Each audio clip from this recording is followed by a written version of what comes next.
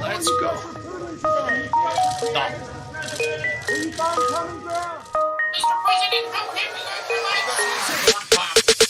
This is about why I say what I say, do what I do. I did what I came to do. We'll find out. We'll find out. This is about why I say what I say, do what I do. Expression goes, the proof of the pudding's in the eating. We'll find out. We'll find out. Been a long day for y'all. I just finished the last meeting. I made it clear to President Putin. I told him Corn Pop was a bad dude. Bottom line is, I told President Putin, I got hairy legs. After 2 hours there, we looked at each other like, okay, what next? You've heard me say this before again and again. I'm going to keep saying it. Come on, man. I made it clear. Well, I tell you what, I'm following the rules, man. This is about why I say what I say, do what I do. I did what I came to do. We'll find out. We'll find out. This is about why I say what I say, do what I do. Expression goes, the proof of the pudding's in the eating. We'll find out. We'll find out. Biden said he'd invade Russia. You know, that was a joke. This is not a kumbaya moment. Let's hug and love each other. Folks, look, I caught part of President Putin's press conference.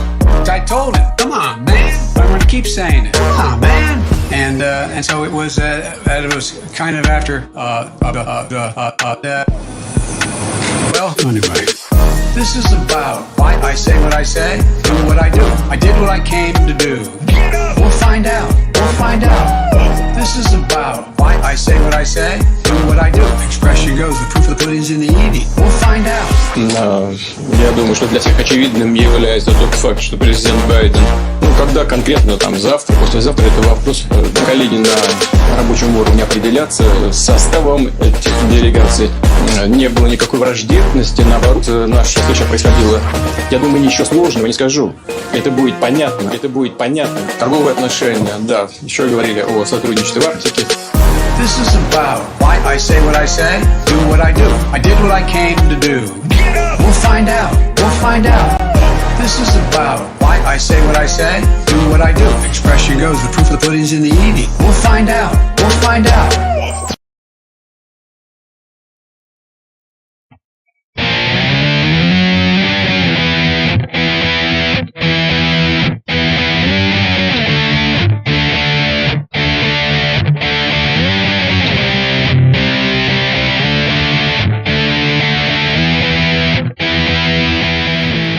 And now, Matt Wright and Spike Cohen. Good morning, good afternoon, or good evening, and welcome to the Vanguard. For Spike Kermensch the Frog, I am Matt Wright, and together we are traversing the muddied waters of freedom. So we're doing just all random stuff now. It's not comic book. It's literally whatever I come up with in the 2.5 minutes before I have to say it. In that very moment. Well, I love it, and is mildly Jew. It's at least Yiddish themed. Folks, thanks so much for tuning into this amazing episode of The Muddy Waters of Freedom. Be sure to share it and like it and subscribe and comment and do all the stuff that makes the algorithm think that you like us, because you do. And be sure, of course, if you're doing it on YouTube, be sure to hit the bell. Hit the bell. Just hit that bell, and that way your phone will explode every single time we go live. The last thing that we want is for you to be missing out on Muddy Waters goodness. Give the gift of Muddy Waters today. Kids love it. Kids love it. First and foremost, allow me to thank the fantastic and wonderful people at siestacava.com for the kava that I'm drinking on today's episode. If you have yet to try the Libertarian Kool-Aid, go to siestacava.com for the kava. And allow me to thank Le Bleu. Le Bleu. Delicious French-sounding water that's made in America, so I don't know why they call it Le Bleu. It doesn't come from the place called Le Bleu. It's just full of Anaka. Full of Anaka. Why is it French? We have a really big shoe. Really big show tonight. We have a fantastic big shoe. Big guest coming up. We have 2 whole topics, and we got the Chris Reynolds thing where we talked to you. No? Okay. So, well, 2 whole topics. I wouldn't really give us 2 whole topics. We got a topic and a half. We have for you. No, I mean we have like 7 whole topics. Oh, okay. We got a lot of stuff happening. We got a lot of stuff. A lot of stuff going on. And all of it is brought to you by the Libertarian Party Waffle House Caucus, the second largest caucus in the Libertarian Party. I said that correctly. You people made this joke, the second largest caucus, and the fastest growing caucus, not the second, the fastest growing caucus in the Libertarian Party. At the current rate, sometime this summer, we will become the largest caucus in the Libertarian Party. And if you'd like to become a member, you can go to Muddied Waters, go to the Facebook group, Libertarian Party Waffle House Caucus, to sign up today. And if you'd like to become an official voting member, whatever the hell that means, go to muddywatersmedia.com/store and you can buy some official Libertarian Party Waffle House Caucus buttons and shirts, which makes you a voting member. And that doesn't mean anything because we don't vote on anything. But anyway, the Gravy King, Cumberland Cannabis. If you'd like to buy weed from Tennessee, then you can go to cumberlandcannabisco.com. It's viable, ethical, and effective weed. Joe Solosky, he's running for governor of Pennsylvania. Joe Solosky is the key to Pennsylvania's success. And if you'd like to see and help him become the first libertarian governor in American human history, go to Joe Solosky, that's JoeSoloski.com. Jack Casey wrote these books. What are they about? I don't know. Neither does Matt. We're never going to read them. Look at them. They look great. You should read them. The Royal Green and In Silver Throne did. And these books, who knows what they're about? Sure, they're great. Probably. Sure.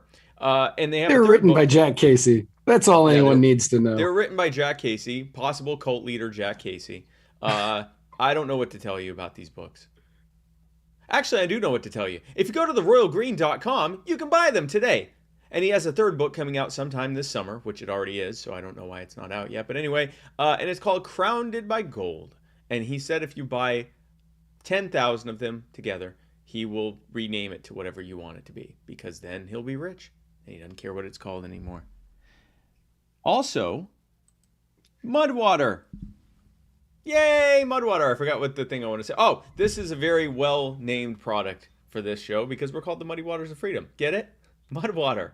They didn't know what we were called. Folks, if you... They did. They absolutely knew what we were called. Oh, that was my entire pitch to them. Oh. I was like, we're named Muddied Waters and you are Mudwater. So obviously, don't listen to our podcast just to advertise with us. Oh. They knew all about it. Folks, if you woke up today and said, hey, coffee, F you, coffee, I want something else that still doesn't taste that great, but it's neuroprotective. It doesn't have quite as much caffeine, so I won't feel like I want to die partway through lunch. Well, I want something that has masala chai, cacao, mushrooms, turmeric, sea salt, cinnamon, and literally nothing else. Well, folks, I have some fantastic news for you. If you go to muddywatersmedia.com/mud, M-U-D, you can go and buy some of this sweet-ass coffee alternative. And it tastes like cacao, masala chai, and mushrooms, and turmeric, and sea salt, and cinnamon. It tastes like that. Is that good? If you put honey in it, it tastes like that and honey. I have it every day. So here's what I can tell you. I have it every single day. And if I seem wired right now, well, then that's how much you should have. muddywatersmedia.com/mud. And we have a special announcement. We have a contest where you can get a gun. If you can win this gun. It's a G-Force G12 12-gauge home defense shotgun. That's what it's for, home defense. That's the only reason you'd use this. And you can win it by going to paypal.me/LPMS/10. And you can, if you make a at least $10 contribution and put in the comments gun raffle, you will get a ticket. And in $10 increments, you can buy as many tickets, up to, I think there's about 40 left. There are going to be 150 tickets total. And one of the winners will be picked. And you will get this, whoever's ticket is picked will win this G-Force G12 12-gauge home defense pistol grip shotgun. Boom, boom, boom. supplied by Darnell's Guns. This helps us to get the Muddy Waters Media team down to Tunica, Mississippi for the upcoming Breaking Boundaries event in Tunica, Mississippi, brought to you by the Libertarian Party of Mississippi and Muddy Waters Media. Matt? Real quick to the Eskimo Libertarian in the comments. I heard coconut oil is a good additive for mud water. Actually, if you go to muddiedwaters.com/mud and you get the starter pack, they will give you what was that? It's like a coconut oil base. Oh, it's thing. like a creamer. It's a coconut oil creamer. But yeah, if you just use coconut oil, it kind of turns into a creamer. Like when you put it in, it can be used just as a creamer. It's similar to a creamer. And then you can have bulletproof coffee. Someone asked for the link in the comments. I think for the PayPal thing. PayPal, what is it? .me/ PayPal. .me/LPMS/10. /10. There you go. That's the link to buy tickets. I believe there's about 40 left, and you too can help Muddy Waters Media get to Tunica, Mississippi, and then you might get a gun. You could get a gun just for getting us to Tunica, Mississippi. And the odds are good. It's 1 out of 150. It's not even like, it's not even like it's not like a million people. We should have done that. Right. Then we could have gotten $10 million. But we didn't. We didn't. Yeah, we got a huge show, so yes. We should probably stop. We should probably start with the show. Yeah. We should probably do the show. We were supposed to have this guest on a while ago, and we feel very bad that we weren't able to get him on before due to technical issues. So many technical issues I know that day. Shocked to hear that there were technical issues with this show. But joining us all the way from the River Valley District in Illinois, please welcome with us Brody Anderson. Brody, thank you so much for coming on the show, man. No, thank you guys for having me. I really appreciate it. I'm glad we made it even after all those technical issues. Yes, yeah, me too, absolutely. Especially since they were all my fault. So, Brody, tell us a little bit about yourself. You won an election, and you were elected to a 6-year term with the River Valley District Library Board of Trustees, which is really cool. But before we get to that, we want to hear a little bit about you. Anytime we have someone on for the first time, we like to hear about their background, namely how they became a libertarian. That's our big shtick here. So everyone has their libertarian genesis story. Tell us the Brody genesis story. Well, my story it's kind of weird, but so are all of them, I think. So, I was, in case you can't tell, I'm pretty young myself. I'm 26 years old, and I was in high school back in the 2012 election. And I remember this very well. I remember this. But he got kicked out. Election. He was told, "What's that? To please stop coming back to this school." Anyways, so we had a mock election, right? Much like most schools do, right? So, you have the sample ballot printed off in, 2012. So there's Obama, there's Romney, right? So forth and so on. And I remember going to vote, and I remember looking at the ballot, and there was other people on the ballot other than just Democrats and Republicans. And I sat there, and I remember sitting and looking at this ballot, and I thought to myself, what do we know about these people, right? They've got no media exposure. They've didn't get on the debates. I haven't seen any ads or anything from them.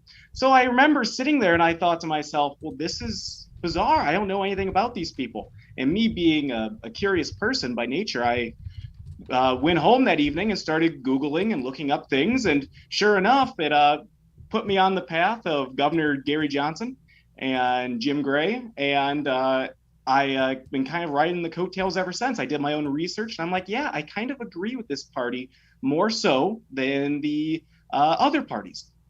So with that being said, that's how I ended up in the libertarian world. Yeah. That's actually really that's so different from most of the stories we get on this show, because most people are like, oh, I came from the right, I came from the left, but nowadays, thanks to wonderful people out there raising wonderful libertarian children, and for the internet existing, people like yourself are able to research, and you get to learn about these things well before many other people had the opportunity to. Because most of the people that we talk to, they're like, oh yeah, I was a Democrat, and then I hated taxes, and they wanted more taxes, so I was like, and I hated Republicans because they suck, so I ended up finding the Libertarian Party, and I was like, yeah, I agree with these people. And either that, or you get the Republicans who are like, yeah, I liked whatever Republicans like, and I hated taxes, and but I was really against war, and Republicans were all about war, so I just kind of whatever. So it's good to see people kind of learning about it at younger ages and coming to it on their own, as opposed to coming to it after years of being kicked by just beaten down by the current administration. So you're obviously, you were in high school in 2012, so you're an old soul. But so what made you decide that you're like, okay, I'm going to start running for office now? I want to get into this. What caused that to happen? I mean, that it's already a big, so, as essentially a kid, you're still in school. When you were still in school, you're like, yeah, I'm a libertarian. That's a big jump enough. And then you're like, not only am I a libertarian, I'm going to run for elected office, and I'm going to run to win. What led to that? So I think part of my, development towards that was when I was in college, I worked for the college radio station. The station was called WPFS, and I actually had my own show. It was called Wall to Wall Politics. And what I would do was every Sunday at noon, I would sit down with candidates. I would talk about issues, much like you guys are doing here. Right. And we'd hash things out. And when I kind of got into that, I got talking to those people. I'm like, yeah, I could see myself running for something one day. So with that being said, I kind of got started there. Now, when it came down to the River Valley Library, right? First off, I wanted to pick an election that I could win, right? Too often we get bogged down with things such as, well, I'm going to be senator, I'm going to be governor, and they have no elected experience whatsoever. They just show up and make it on the ballot line. And it's like, okay, great. I get the appeal, right? It would be awesome to be governor. It would be a huge, huge win, but I think you need to start small, right? And that's what I did. So what I ended up doing was there was a vacancy on the board. And this vacancy, according to the bylaws, was to be selected by the current board. Well, it's a 7-member board, and it was split 3-3 when selecting the candidate, me and someone else. One of the problems with the board was it was always deadlock, and there was definitely 2 factions, right? Those, kind of pro-library and against library. And I wanted to make a difference, right? I felt like I could promote still small government values, even being on a library board. So actually the director of the library had talked to me, and she said, yes, would you, this would be a good way for you to get on the board. So I got my paperwork signed, I filed my petitions, and I was the first person on the ballot line. And I think that's a really, really, really important thing that sometimes candidates overlook, right? Yes. In elections like this that are, your local consolidated elections, get on that ballot line first, because truthfully, maybe these people don't know you. No clue. Right. No clue. When I was doing Culture of Winning and talking with elected officials that won their races, and especially when there were these types of races, I would say, how did you win? And they're like, I put my name on the ballot. And I'm like, wow. And it was like, and I'm like, what kind of campaigning did you do? And they're like, very little, and no one knew who I was. And then they talk about all the great stuff they're able to do once they're in office. But that's a thing. Like, people often just have no clue who you are. Mm-hmm. Right. And I will add that this was actually a contested election, right? So there was the vacancy seat went up for the next election, which was this spring. So there were 6 candidates on the ballot, and the top 4 were elected. So when you start looking at numbers here, there were almost 1,500 votes for this district, and I pulled about 15% or so. So I got 4th out of 6th place, thus getting me elected. Getting you elected. That is awesome. That's awesome. And what you said is, you said that you wanted to start small and work your way up. And that is something that I will talk about a lot on the writer's block. I've talked about it here on this show. And I talk about it mainly when I'm in rooms on Clubhouse. But one of the Libertarian Party is a bottom-up organization, always has been. That's the way that it's been planned out, and that's the way that it should stay. But because of that, you need to win these small local races, like the Library Board of Trustees, and you have to be able to prove that what you want to do works at those positions, and then you start working your way up. And so you have fools that run for stuff like vice president. So I wasn't going to mention anything, but do you have? So you obviously must have plans to like move on to like running for mayor or state rep or governor. Oh, sure, and yes, that is kind of the goal, and part of it is my political aspirations, but also I think it's just good government at the same time. I don't believe a candidate, no matter if it's lowly library board or as high as Senator of the United States, should have the same position forever, right? If the people like you should be able to lead by example and move on to the next level, right? Get new voices in, right? Even if those voices don't necessarily agree with you, but it's good to get those new ideas in. So, do I expect to be on the library board till I'm old and gray? No, of course not. Right. I'm not making any announcements yet. Right. But okay, and so let's say, and I'm not saying like if you were going to make an announcement today, what would it be? But like, what would be in your mind the next logical progression for you? Where do you see yourself next? Probably getting into some of the local governments. So we're looking at things maybe such as Board of Trustees for the town, possibly the mayorship. But I believe getting on the town council first would be more beneficial because I could be able to point and say, here's my experience on the Board of Trustees for the library. Let's apply that and all the good I did to the municipality, and then maybe be a head of municipality, right? And then from there, who knows, right? There could be, state rep one day, and then so forth and so on. And that's absolutely.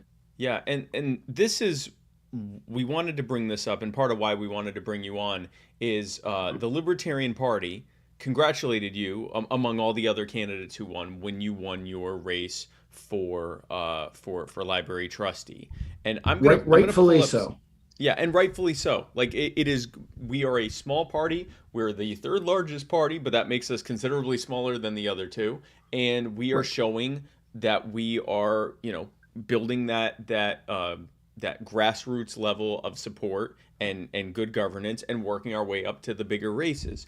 And there were some. We're gonna pull up just a few of the just more abusive stuff that was out there. People were saying. I want to point out that the bottom left one, I put that in there because I thought that was funny. Yeah, that one wasn't really offensive.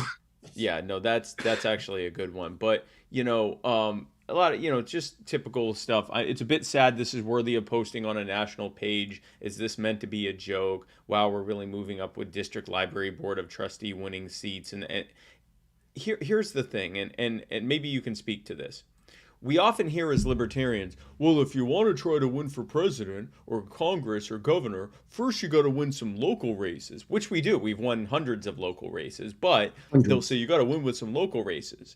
Then when someone wins with the local races, they say this shit. And so do you want to speak a little bit about that? And you already have kind of a little, but do you want to speak a little more about the purpose of running for these types of races and why it's not a good idea to besmirch a 26-year-old who's already won elected office and has a viable strategy for working the way? I'm leading you in your answer, but can you talk about this a little bit? Yeah. So first off, let me go ahead and say some of those comments I found absolutely hilarious. I was as surprised as anyone else that I was on the national page for the Libertarian Party. I didn't get like a notification or anything. It was just so one day I was just scrolling through my Facebook and I'm like, oh, there's my picture. Why is it there? And then I clicked on it. And then I'm like, oh, this is awesome. So thank you, National Party, for the shout out. It's appreciated. And also thank you, National Party, for it's well deserved. So Brian Lambrecht, who does amazing work here at Muddied Waters Media for us, and is truly the backbone of this entire organization. He managed your campaign, and these are his words. I am not slighting him even a little bit, because I know he is a very hard worker who manages a lot of campaigns and does a ton of work. But he said, I managed his campaign. Actually, he did the bulk of the work, so I get the win. So, like, you fought, like, you ended up managing, essentially, you were one of the main managers. I don't want to take Brian completely out of this, but you were one of the main managers of your campaign. You did the work. You got elected. Yeah, the National Party needs to celebrate these wins, because that's where the seeds are planted. Mm-hmm. That is where the seeds are planted that will get more people looking at the National Party. You are the seed that will one day grow into the tree. You are a 26-year-old who almost single-handedly won an elected office without the power of a major party machine behind you. Right. And according to Brian, he said Brody did it all. So I can take Brian out completely without offending him. Brian Lambrecht, who had absolutely nothing to do with your campaign. Nothing. He gets the false win for your campaign. By the way, Joe makes. I'm certain he marks it. Oh, he should mark it. He needs the win. He needs more wins. He's got plenty. Joe Makes Drifts. First of all, thank you for your donation there. He said this guy should be called the librarytarian. Are you cool with embracing the term librarytarian? Sure. In fact, there were comments like that in the LP comment section, and those are some of those I found the most humorous. Yeah, no, I think it's good stuff, and some of it was just funny stuff. It's like, oh yeah, libraries, libertarians don't like those. Maybe he'll burn it down or whatever, like, silly stuff like that. But some of it was just, it's like, what do you guys want? Like, we're not going to announce tomorrow that we won the White House. These were special elections. Like, here it is. We're winning stuff, and we're winning more things. Our rate of winning is going up and has been over time. Yes, it's going to start at the local level and work its way up. So, I'm thank you for your patience on getting rescheduled. We with my technical difficulties, and I think it was my internet just stopped working. Wasn't that what that was that day? I'm trying. Something like that. Something like that. Yeah, I remember we did a show, but I think we started like right now, like at 8:45. And when we tried to get him on, he was already gone, and I don't. That might have been what it was. I think that was what it was. Yeah, we were later than we usually are. Today we were only normal late. So Brody, we think you're fantastic, and I'm really looking forward to seeing what you have in the future. You're not even 30; you've already been elected. Neither one of us can say I cannot wait to see what the future has Yeah. in store for you, because I see a lot of great things coming from you. And the last person I said that about is this guy down here, and I came in third. I'll let whatever speak for itself. I came in third. So, You Brody, before we let you go, how can people keep in touch with you? Where's your social media, your website, whatever else? How can people find out about you? I'll be honest, Spike. I really don't have a lot of social media. Good for you. That's probably just as well. I mean, it's one of those things that one of my policies has always been I'm a pretty calm and kind person by nature. I don't get into the Twitter fights. I don't get into the arguments. I think staying out of it is hypercritical because it shows that you're beyond the mudslinging, right? So do I plan on having a social media page somewhere down the road for Brody Anderson, #politician or whatever, right? Yeah, probably. But at this point, being a trustee for my local library and my local government, governments are made to be small and localized, right? My constituents can find me. That is the best answer you could have. Answer any freaking elected official has ever given on this. I am local, and if people want to reach me, they know how to reach me, and the rest of you guys, it's nice to meet you. We are having a bunch of people. You may want to at least consider getting on Clubhouse, because that's a cool place to talk with people. That is, you just get to talk with people, and it's fun. I enjoy it too much because superfan Sarah Anderegg, my girlfriend, if you don't know, she hates that I spend so much time on Clubhouse. And that's why you like it? No, I like it, and she hates that. Oh, okay. That's why I like it because okay, we'll unpack that later. What's cool about Clubhouse is that because everyone's talking and there's no like messaging or texting or whatever, it's a lot harder for people to be rude and mean and hyperbolic when they're talking. Like that tends to smooth out, not all of it, but most of it. A lot of it, yeah. Cool way. A good portion of it's gone. Yeah, it's a good way to be able to do that. So, Brody, again, thank you so much for coming on, man. We are really excited to see what you have in store. I look forward to you doing so well that we are in your constituency, and you do have to have a social media for us to be able to contact you. Wonderful, wonderful. Well, I appreciate it, Matt and Spike. Thank you so much for having me on. I know it's really important to get my message out there. And, one last thing before I go. I remember my father once told me as a kid, life is like a bus. People get on and off at any time.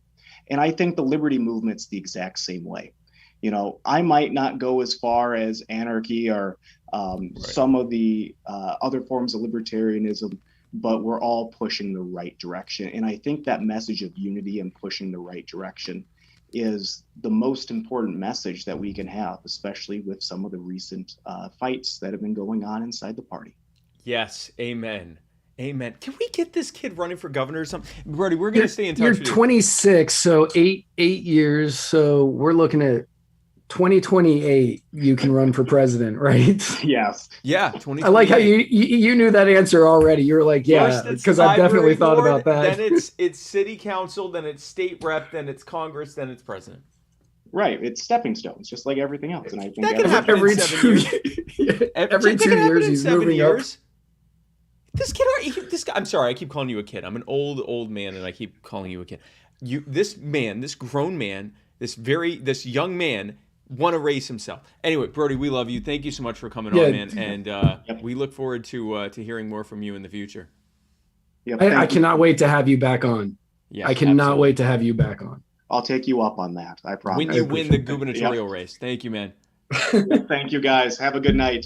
You too, man. Thank you. Man, that guy's good. I'm really happy about that. That guy's good. Yeah, he's good. He may be the best politician that's ever been on the show. He might be. He might be, the guy who won library trustee might be the best politician. Hey, do you have social media? No, my constituents know how to get in touch with me because I believe in small government. Well, okay then. Let's just stop the show. Man, that is such a good answer. That was good. No, that's good. That's a good. Wow. It's a good answer. It's a good answer. That is a fantastic answer. Holy God. crap. So, folks, I'm just impressed by the kid, by the young, not the kid, the young man. I'm impressed. I know. I keep calling him a kid. He's a grown man. He's a grown man. He's 26 years old. He's a young man. He's 26. I'm just truly impressed by him. Like his answers were so good. Why is he more polished than me? I'm 39. Like he's good. That he is guy so is good. But you know what else is good? You know what else is good, folks? These other two sponsors that I forgot about. They're kind of, this Adderpan. Do you want to be horrified by playing a game for less than $5 on Steam? This game will fucking, holy hell. This game, Jesus. I watched this thing where people were playing it, and I stopped watching it because holy crap, guys. It's this you gotta look at. It's like Five Nights with Freddy, except they are at your house and it's behind you right now. Don't look, because they'll kill you. Right, you're trying to survive in a school with these dogs. Trying to survive in a school with these terrifying looking. Yeah, Jesus, God, what a terrible game. This is horror. If you want to be scared and remember when any of you watched Blair Witch and it was so overwhelming because you were only a kid, and then you were scared for the dark or going outside when it wasn't bright out, and then you thought that's what this game's like for only $5 on Steam. And they promise more updates in case one day you aren't horrified anymore. They're going to update it so you can stay even more scared in the future. They're going to improve upon this game so that you have panic attacks every single day just from playing this game for only $5 on Steam. Adderpan, available on Steam. But you know what isn't horrifying? Fierce Luxury by Ashley. This is a online consignment shop that is only they're only charging 30%. That is 20% less than most other consignment shops, she told us. And so they feature such brands as Louis Vuitton, Chanel, and Hermes. Hermes. I asked Sarah how to say that, and she told me, and I completely forgot.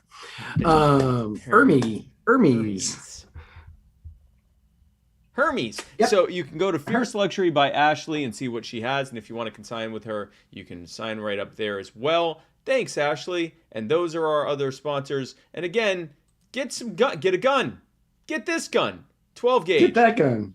$10. Get a nice. You can get a 12 gauge. Gagoo. Just 12 gagoos. And only $10. What's 12 gagoo? 12 gauge. Right there. 12 gagoo. Gagoo. I don't know. So speaking of also sponsors, this next segment is brought to you by Mudwater. It's called the Mudwater Coffee Alternative Masala Chai Cacao Rapid Fire segment. Brought to you by Mudwater. MuddyWatersMedia.com/mud. Coffee alternative. Matt? So I just wanted to announce that before we get into the Mudwater Mushroom Coffee Replacement Cacao Rapid Fire segment, 2 weeks from today, is that what it's called? Because if so, I'm sure. Mushroom coffee. That's what it's written in the notes. So that's good. I like it. All right. 2 weeks from today, 2 weeks from this date, Jason Lyon, Mr. America, the Bearded Truth, will be joining us right here. Wow. On Muddied Waters of Freedom.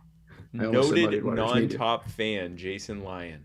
Noted non-top fan, Jason Lyon, will be joining us right here on Muddied Waters Media, or Muddied Waters of Freedom, because, he wants to apparently injure himself. I am putting in the notes or in the comments here a link to a GoFundMe. It is for a friend of ours. It's for a friend of the show's who is going through. He's been going through a lot, but he's going through a wicked custody battle right now, and we are trying to help him raise some money in order to continue the fight in order to keep his daughter. And Jason, being a close personal friend of the person who needs it, is doing what any loyal friend would do. And as we raise more money, he will eat hotter and hotter peppers live on the air. Oh, God. Yeah, I know. And depending on how much we raise will depend on how hot of a pepper he will eat. So we should raise a lot of money. And he said he'll put mustard on them too. Habaneros and ghost peppers and stuff like that? Yeah, the Carolina Reapers. Yeah, all of those are on the table. All of those are on the table. So if everybody can go to the link that I just added in the comments, you can help us have Jason eat a lot of hot stuff. You can help a father get his daughter, and you can also that too. Yeah, that kill too. Jason Lyon. Yeah, help a father get his daughter and watch Jason die live on the air. Jason Lyon. I don't know how I feel about that. Can we? Is there a point where he's volunteering? This is his idea. That I know. I'm sure that's true. I'm sure that's true. This is why he can't ever be a top fan. This kind of behavior. So, folks, but this kind of behavior is getting him on the air. Well, that's true too. We're rewarding this kind of behavior. So that's 2 weeks from today. Yes. And I'm looking forward to having him on. At first, I just can't wait to have him on. I miss having that guy on. I want him back on his own show every Monday is what I want. But I'll settle for him killing himself on our show. Sure. So speaking of settling for people not being... Joe Biden stole a page from our playbook, which may change how we have to push Muddied Waters from now on to anchor.fm/Muddied Waters. Where is that, actually? Let me pull that up. The way that we usually promote anchor.fm/Muddied Waters at the end of the show. He went and did something that made it really creepy, and I don't really want to do it again. I got them $1.9 trillion relief so far. They're going to be getting checks in the mail that are consequential this week for childcare. This isn't just about whether or not, you can provide water for someone standing in line while they're waiting to vote. This is about who gets to judge whether your vote counted after it's been cast. Think about it. Dismiss it at all. Just remind him. I don't know. Bill on the environment. Why would I not be for it? Employers can't find workers. I said, yeah, pay them more. Stop doing that. This is an employees bargaining chip now.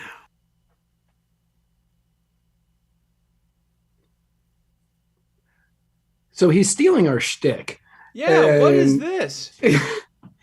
He watched an episode and he's like, you know what? I got this great idea. This is what I'm going to do during my next press conference. I'm going to whisper important parts or parts that I deem important. And now it makes me question whether or not our anchor.fm/Muddied Waters bit at the end of every episode for the last year and a half has been awesome or really creepy. I mean, we were being ironic. Kind of. Sort of. Ish. It's not like we really started enjoying it after a while. Started that way. Well, now I feel weird. Right. Maybe we should shout from now on. Like, go the other way. Just get far away from the mic. Just scream it as loud as we can. That's the new ASMR. Just screaming, shrieking ASMR. So Biden, part of that was referring to his ridiculous spending bill. $1.2 trillion, including $579 billion in new funds over 8 years. on ostensibly transportation, waterways, and broadband internet, but it's really just going to go in the pockets of cronies. 312 billion of the new funding is spent on transportation, which means the pockets of cronies. 109 million dollars for bridges and roads, pockets of cronies. 49 billion on public transit, which really that's right directly in the pockets of government. 66 billion dollars on passenger and freight rail, because they can't just repeal the Jones Act. That certainly wouldn't work. And then 25 billion on airports, because you know who's not making money right now? Airlines and airports, Matt. Can't imagine why. Can't think of why they can't make money. Maybe it's because they shut down the economy for the better part of the year and told people to stay at home and not travel or not go anywhere. And you're forcing them to get an untested, unapproved vaccine to be able to do that. I don't think that has anything to do with no, that. That can't. It's greed. It's corporate greed, Matt. That's why we need to give them money. That's yes. Electric vehicle infrastructure will get another $7.5 billion, as will electric buses and public transit, which is really so. I saw this great tweet today, and it said, "Tell me that you've never been to the Midwest without saying you've never been to the Midwest." And it was Jen Psaki saying, "The Midwest needs 50 billion in charging stations around their highways for all the electric vehicles out there." There's also 20 billion for infrastructure financing program that will, per the White House fact sheet, leverage billions of dollars into clean transportation and clean energy, with a lot of that going to charging stations in the Midwest.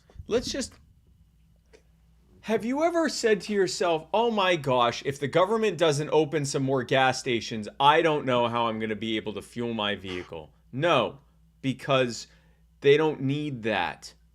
Nope. They already have stations everywhere. Once there are enough as there are more and more electric vehicles on the roads, it will make more and more sense for those providers to put charging stations. What this does is has the government either build them themselves or hand money to companies to build them, even though they have no problem building them just as soon as it makes sense for them to build them.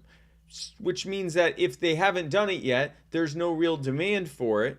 And that means that they're going to make these things and they're going to end up being obsolete and or not working anymore by the time they're needed, and they will have already wasted your money in the process. It's not like we have the hundreds of years of government central planning and spending to show what they do when they spend money like this. Now, this part I actually really liked, where I said there's also 20 billion for an infrastructure financing program that will leverage billions of dollars into clean transportation and clean energy. Senator Mark Warner from Virginia said that the 20 billion will be used to attract 180 billion in private financing for infrastructure. Sure. So they're going to take 20 billion to advertise for people to invest in infrastructure. So they're more than likely they're going to say, well, we'll give you a X amount of tax break to spend this much. Okay, that also doesn't work. So in Myrtle Beach, where I live, the airport is owned by the I'm trying to remember. It's either owned by the city and it's on county land, or it's owned by the county and it's on city land. Anyway, it's owned by government and on government land. In order to try to attract more airlines to our airport, they introduced these tax breaks, basically, and the tax breaks were basically money they were handing them in order to open their airlines there. I remember you telling me this story when you dropped me off at the airport. Day after it expired, they all announced that they were leaving, and they had already, it was obvious they were leaving because they were already cutting all their flights. They were having like the minimum number of flights to continue getting the money. They were having like a flight a week or whatever the cutoff was, and there was like one person there, and there were these nothing burger flights that they were keeping going just in order to be able to get the money. And then literally the day, it wasn't a week after, it wasn't a few days, it was literally the day after it expired, that morning, they released their thing saying that all of them released their separate things saying that they were leaving. And we went back to having, like, at the time, I think 2 or 3 airlines. You want to guess how many airlines we have now? 3. They don't work. When the government says, hey, I'll give you money if you spend money, the companies go, all right, what's the absolute minimum I have to do to get this money? Okay, I'll do that. Yay, I got this money. Bye. That's how that works. If they were going to spend the money, it's because there's a market demand for it, which means they're already going to spend the money. I feel like I'm going to do what he's doing. I feel very big Joe Biden energy right now. If they need to have it, they'll already spend the money. Ports and waterways are going to be getting $16 billion more under the plan. Okay, good. There would also be another. Okay, good. That's good. There would also be another $11 billion in spending on safety projects. Perfect. Good. We need more safety. $266 billion will go toward other infrastructure. Oh, there we go. Which that's like when you get a job and they say, like, in your duties, they're like other duties to be assigned by manager. Yeah. And like everything falls under that category. Mm-hmm. But that's going to be getting, where is it? 266 billion, 65 billion for broadband. Because Comcast, Spectrum, Brayhouse, Wow, AT&T, Verizon need government money to lay these lines. 55 billion for water infrastructure. Because water, there's no demand for water. And 73 billion for electrical grids. Because no one needs electricity. Literally all of this, we could have saved however many minutes we've spent on this by just saying they're going to rob you and hand it off to underwrite the infrastructure costs for some of the largest companies on this planet who are already making money hand over fist. Because even with this shutdown economy, you still needed water, you still needed internet, more so than ever before. You still needed electricity, possibly more so than ever before. All these things that they're doing, they're literally, this is all just, this is a new, they used to call it pork spending. Now they call it infrastructure. It's bullshit. All of these companies are they're either already going to do this, in which case there's no need to give them money, or they're just going to take this money to do it, and then it's just going to get abandoned because they didn't need it, in which case there's no reason to give them this money. Now, how are we going to pay for this? Well, let's show you. This is how we're going to pay for infrastructure pork spending. So $100 billion net from an IRS enforcement. And audits. So that's what audits. That means more $100 billion worth of audits. So real quick, for anybody who doesn't know about this was actually we were going to cover this on a show months ago, but we had to cancel that show for some reason. And then it didn't make it to the next one. Mm-hmm. They are going to start going after Venmo payments, PayPal payments, Cash Apps, whatever, to find out if people are not accepting or not reporting all of their income. So the people who are like babysitting, or mowing lawns and taking Venmo payments, or, musicians who are playing out and they're like, tip me on Venmo, and people do it. They're going to start hitting those people. This money that they're saying that they're going to be getting, this 100 billion, isn't from like the 1% or the 2%. They are going to be going after the lower class with this. The people making the least amount of money. Bill Gates isn't saying hit my Venmo. It's going to be going after, this is a regressive audit enforcement against the lowest earners in this country to hand off nearly $2 trillion in, let's face it, pork spending to the biggest corporations on this planet. And they're selling it as needed infrastructure. 100 billion in public-private partnerships, which that's just corporatism. Yeah. Yeah, that's corporatism. They've corporatism. tried to stamp this cute little name on corporatism. Yep.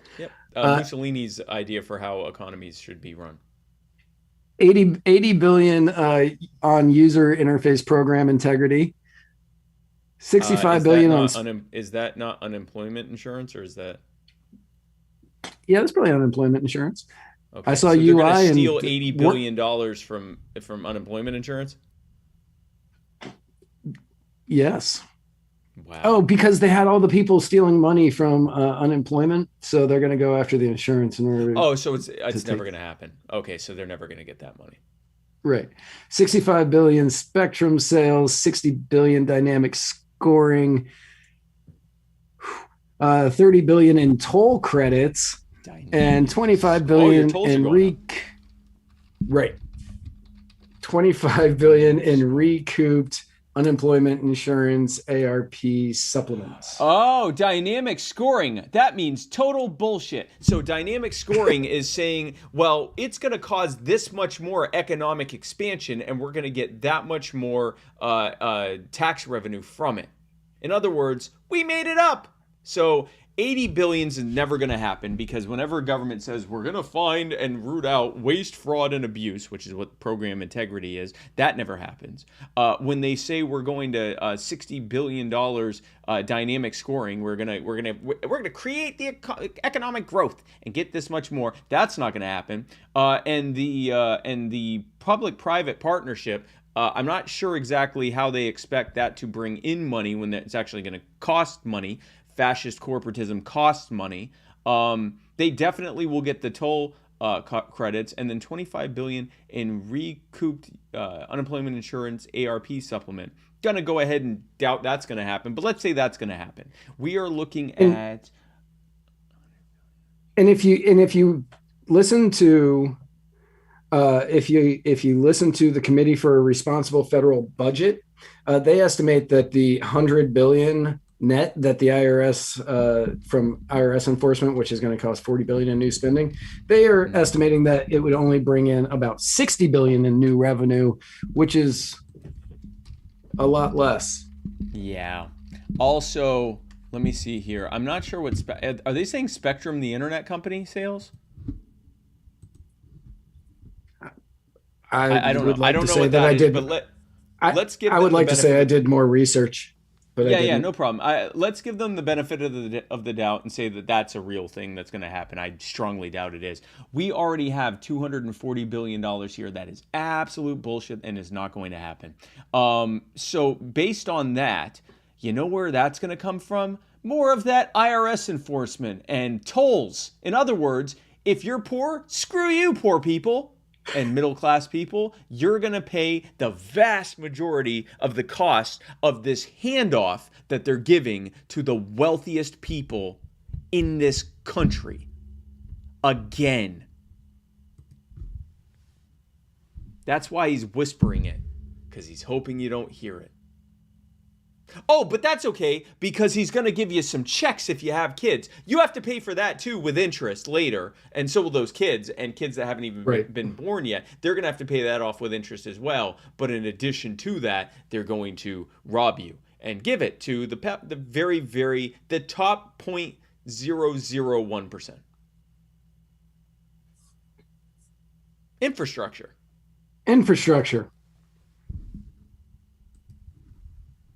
Speaking so before we get into on, more about Joe Biden stealing stuff. Yes. Because I had this really worked out, but then I saw this video and I had to share. So speaking of Joe Biden spending more money on bad things, here's that too. So is the thought there basically that some criminal who has been committing crimes with limited interruption or interference from police for the last couple of weeks or months is going to stop this easy life of crime if they have a summer job? Well, I think the president believes that we shouldn't allow access to guns to those criminals who are currently illegally buying them from some dealers across the country. And part of his announcement is taking steps to do exactly that. But part of his announcement is also ensuring there's specific guidance to communities across the country to ensure that they have funding to get more community police around the country. Something that was supported by the American Jobs Plan that was voted into law by Democrats just a couple of months ago. Some might say that the other party was for defunding the police. I'll let others say that, but that's a piece. Go ahead. Would you So Joe Biden's doubling federal funding for, she said community policing. It is not community policing. It is the police departments that already exist. She has doubled it.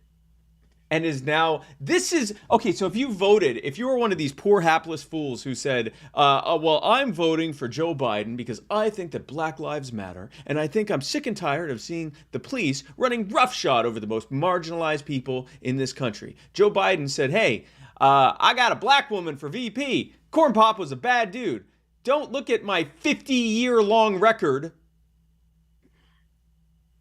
And now he's doing what he's always done. He has doubled to more than doubled to $388 billion per year in federal funding with no strings attached to police departments across this country.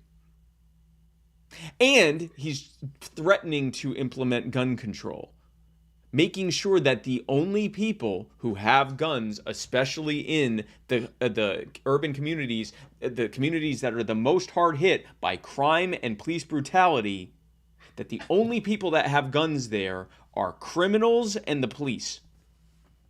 I was going to say, hang on, because we're going to get into that next. So I don't want you to go off on one of your on one of your tyrants and just like blast through. And I'm like, well, we covered half of this. But my favorite part of that was where Jen Psaki, is sitting there and saying, I think that the Republicans are in favor. Some might say that Republicans are in favor of defunding the police. I won't say it. I'll let others say it. Mm-hmm. Jen, let's take a look at some cities. Let's take a look at Portland. Let's take a look at Chicago. Let's take a look at Seattle, where they effectively did that. None of them are run by Republicans. And I'm not defending the Republicans. The Republicans are, voting for more legislation in order to keep, to make crack and coke equivalent in the bad direction. Yeah, by making powder cocaine even higher. Yeah. Right. So I'm not defending Republicans on this even a little bit. But to attempt to pass off that the Republicans are the ones that were pushing for defunding the police and trying to get that little nugget of information into people's ears in order to try to change that narrative a little bit is so beyond the pale when it comes to well thought out and well crafted plans. Because Jesus Christ, Kamala Harris was fighting for defund the police. What that was a gigantic middle finger to everyone who voted for Joe Biden. They sucked it up and they listened to AOC and Bernie Sanders and all their progressive heroes and said, you have to vote for Joe Biden because he's better than Donald Trump. And then Joe Biden doubled funding for the police. Oh, he also has a record number of children in cages. I'm sorry, shelters. Joe Biden's kitty shelters.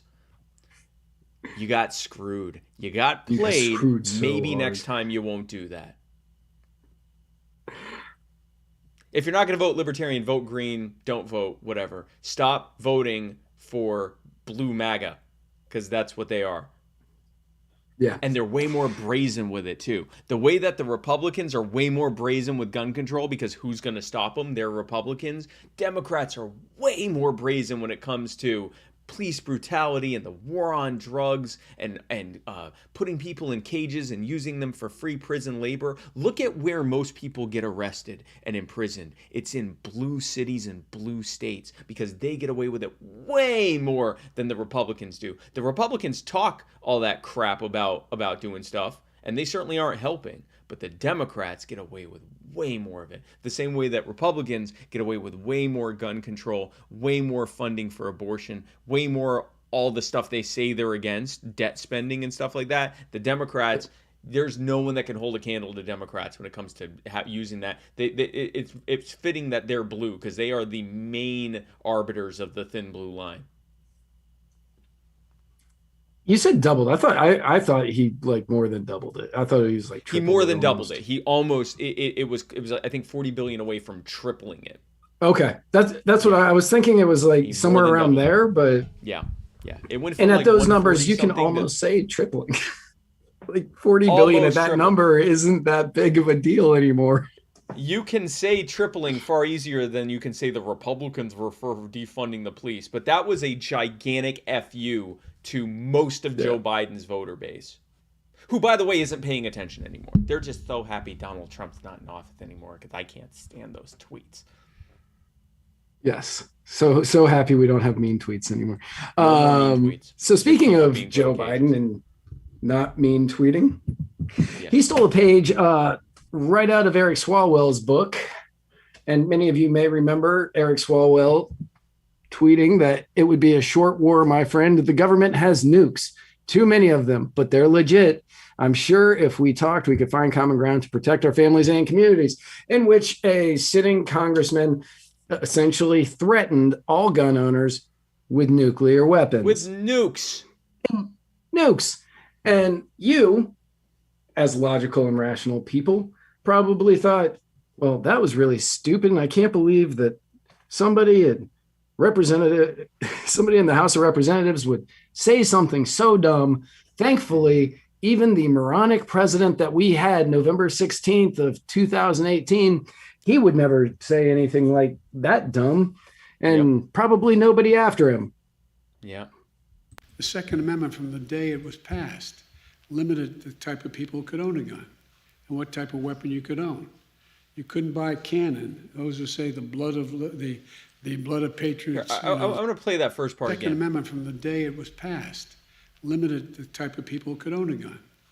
Black people and natives. Yep. That's who he's talking about. As his justification for gun control, he's saying, well, you know, when the country started, we didn't let slaves and natives own guns. Anyway. And what type of weapon you could own. You couldn't buy a cannon. Yeah, you could. You could absolutely. You could absolutely buy a cannon. You could 100% buy a cannon. What is it, the Madison letters? Yep.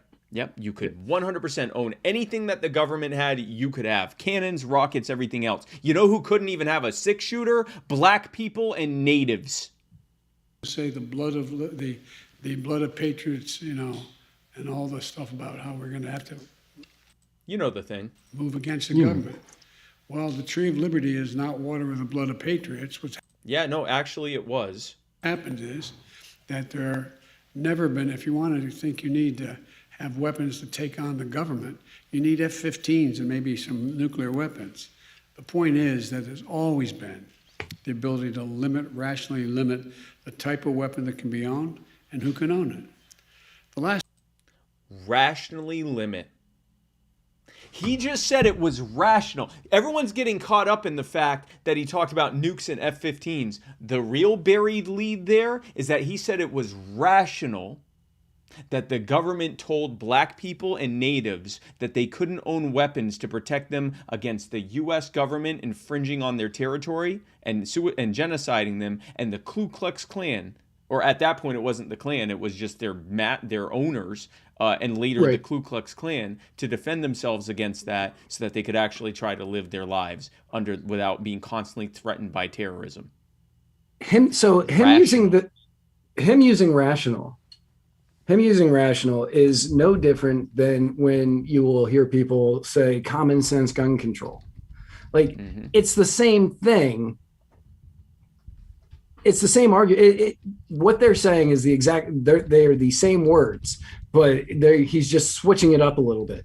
Because was any of it common sense? No. And is common sense gun control? There's no such thing as common sense. Obviously, 85 million people voted for Biden. We don't have a lot of it out there. 81 million people voted for Trump. Not a ton of common sense in this world. So to say common sense gun control, rational, we don't have rational people. So saying that is a moving target that allows them to put it wherever they want. The fact that he is now putting it on on not allowing slaves or natives to own guns. Yep. I'm certain unwittingly, because I can't imagine he thought that sentence out even a little bit before he started it, is just unfortunate for him. But that, I think they're trying to switch from common sense, because it's been hit so many times by so many people who are pro-gun, that they've started saying rational. I think that that's going to be their new buzz. Yeah. And what I love is that as their example of rational gun control is not letting slaves and freed slaves and native people own guns. That's going to be their talking point is, well, they didn't let the slaves own guns. Yeah, no, that's a perfect example of why we should never be limiting the arms. He also straight up lied. Yeah, you could own a cannon. Not only could you own a cannon, at that point, the absolute pinnacle of military technology was a sailboat, a large sailboat that was armed with multiple cannons. And if you had the money to buy one, you 100% could buy one. In fact, the government would often hire you using letters of marque to take on their enemies. So you could 100% own any type of weapon that existed out there. And yes, the founders, some of the smartest people in this country and on the planet, knew that greater technology would exist in the future, which is why they wrote arms and not guns. They said any kind of weapon, we can't even imagine, whatever, even unimaginable types of weapons in the future. And like Matt said in the Madison letters and in other times, they said the purpose of the Second Amendment was that if the government could have it, you could have it, that there could be a great the Second Amendment was supposed to be a great equalizer in which the American people, anyone in America, not just American citizens, literally any person in America, if they wanted to, could own any arm that the government had. That anyone, even if the government didn't have it. In fact, there were times where the people that were fighting against the government had newer stuff than the government had. Which, by the way, thanks to 3D manufacturing, that's about to happen again. That's a whole other subject. Another thing that Biden was railing on throughout that entire thing, I only clipped the nuclear weapon part, was high capacity magazines, which meaning magazines that hold more than 10 rounds, which come standard with many of the most popular handguns and rifles sold in the U.S. He obscured this point by saying there's no possible justification for having 100 rounds in a magazine. That's a big jump from 10 to 100. And I mean, who's to say? Like, maybe you want 100 rounds. I don't care. But it's a huge jump. So he is trying to get rid of magazines getting that hold 12, 15, 20. And which is a regular capacity. That's a regular capacity. A 9mm regular capacity magazine has, gosh, now I don't remember. I think 12, 15, something like that. I think before you go into extended... Yeah, before you go into extended magazines. So they're now saying you have to have not even standard capacity magazines for many firearms is now going to be considered illegal. Right. And what some people may know, what you may not. I think we reported on this actually when it happened. In New Jersey, they decided to pass a ban on all high-capacity magazines and received a lot of pushback from law enforcement officers because the law included an exemption for any law enforcement officer while actually on duty or traveling to or from an authorized place of duty. It said that they could have rounds that were 15 up to 15 rounds. The police lost their ever-loving mind because they said, what about off-duty police? What about off-duty police? What if they're getting attacked? Because they know that they might want 15 rounds if they're getting attacked as an off-duty police officer. But you, as a citizen, as an individual who hasn't been crested with a silver piece of tin on your chest, you are not worthy of having 15 rounds. You can't be trusted with it, but these people can. And the same thing happened in New York, where they put a 7-round magazine limit in 2013, but they had an issue with former cops, people who weren't on the force anymore. Former cops were like, no, we need more. That's not going to be good enough. We're going to need more. Right. And they ended up in both of these cases changing the law for law enforcement that was off duty in New Jersey and for former cops in New York. Because if you are a member of that special club, you don't have to play by the same rules as everybody else. Exactly. Yep. This is yep. And Biden pushed on the rhetoric.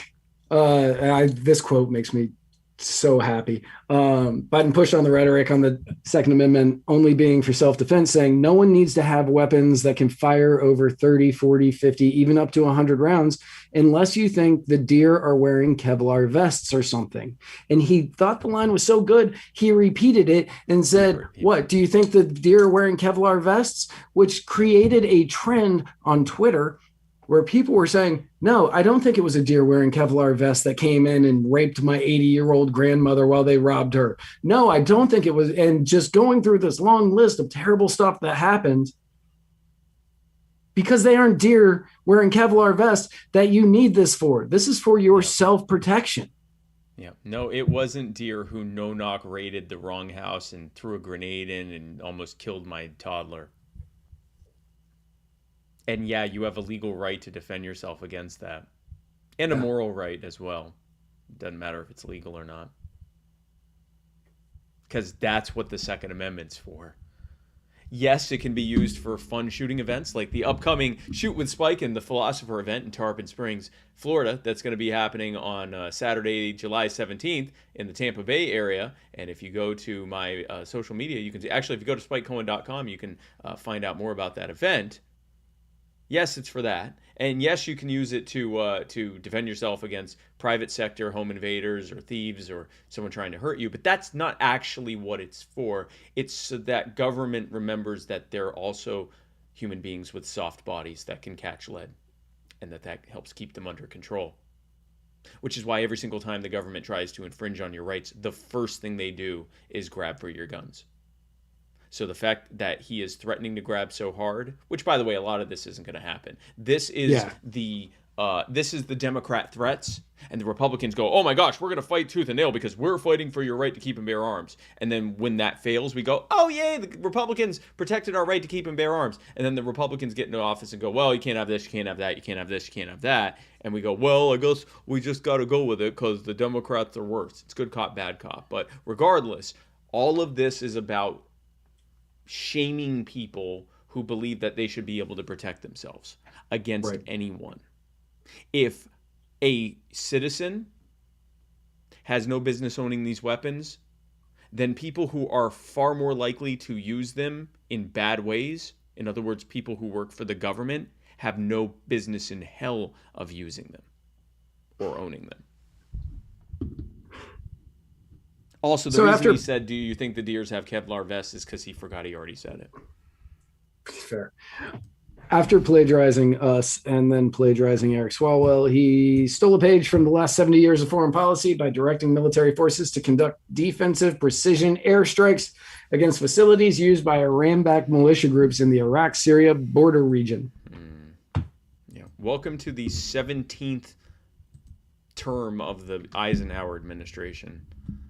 Pentagon spokesman John Kirby described this strikes as self-defense, calling them both necessary to address the threat and appropriately limited in scope. As a matter of domestic law, the president took this action in pursuant to his Article 2 authority to protect U.S. personnel in Iraq. There is, incidentally, I read it, there is no Article 2 authority to protect U.S. troops that are permanently occupying a foreign country with no declaration of war from Congress.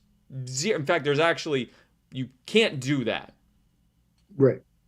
Yeah.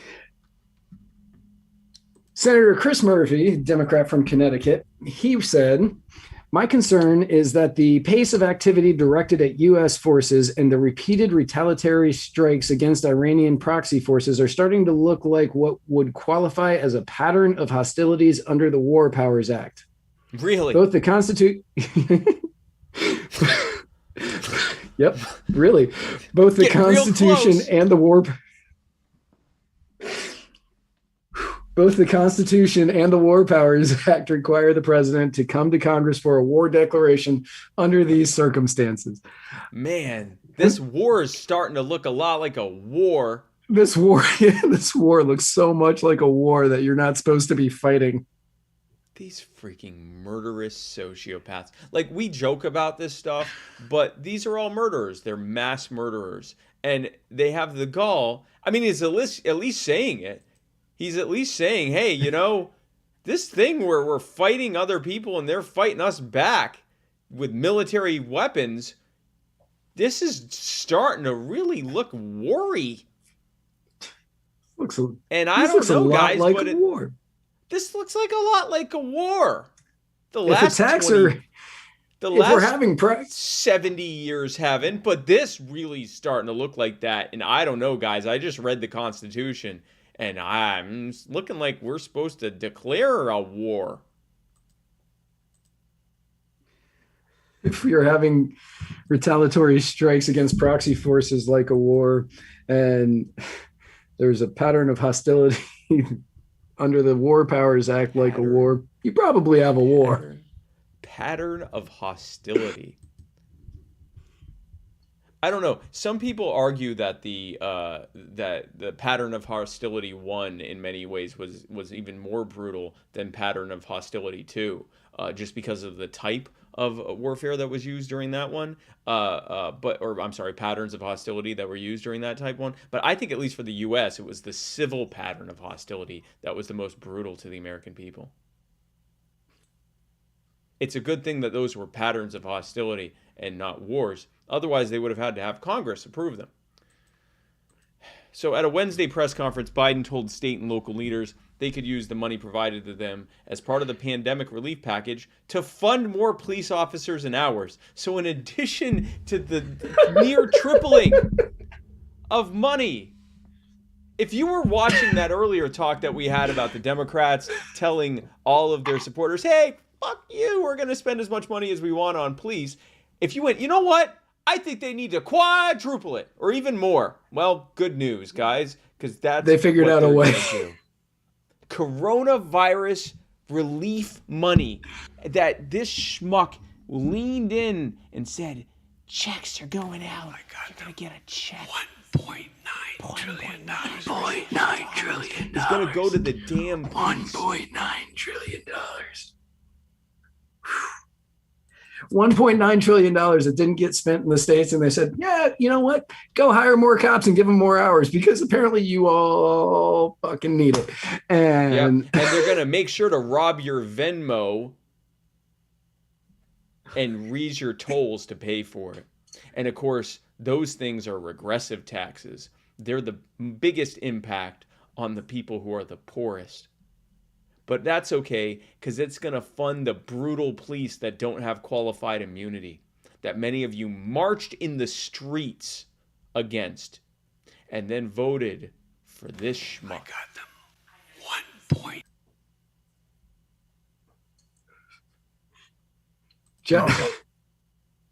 Josh Umba in the comments. So he wrote, I'm worried about Syrian mussels here in Ohio. Spelled like the shellfish. Yeah. Mussels aren't. I'm worried. And then he said missiles. And I'm thinking, I'd be more worried about Syrian mussels because. Yeah, listen. I would not eat Syrian mussels. I wouldn't eat Syrian missiles either, though. So. So Joe Biden had a week, as you can see. Yes, Joe Biden had a great week for him.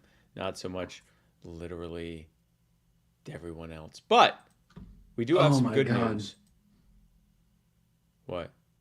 Oh, just that entire segment, the not so rapid fire segment that we just did, that got me.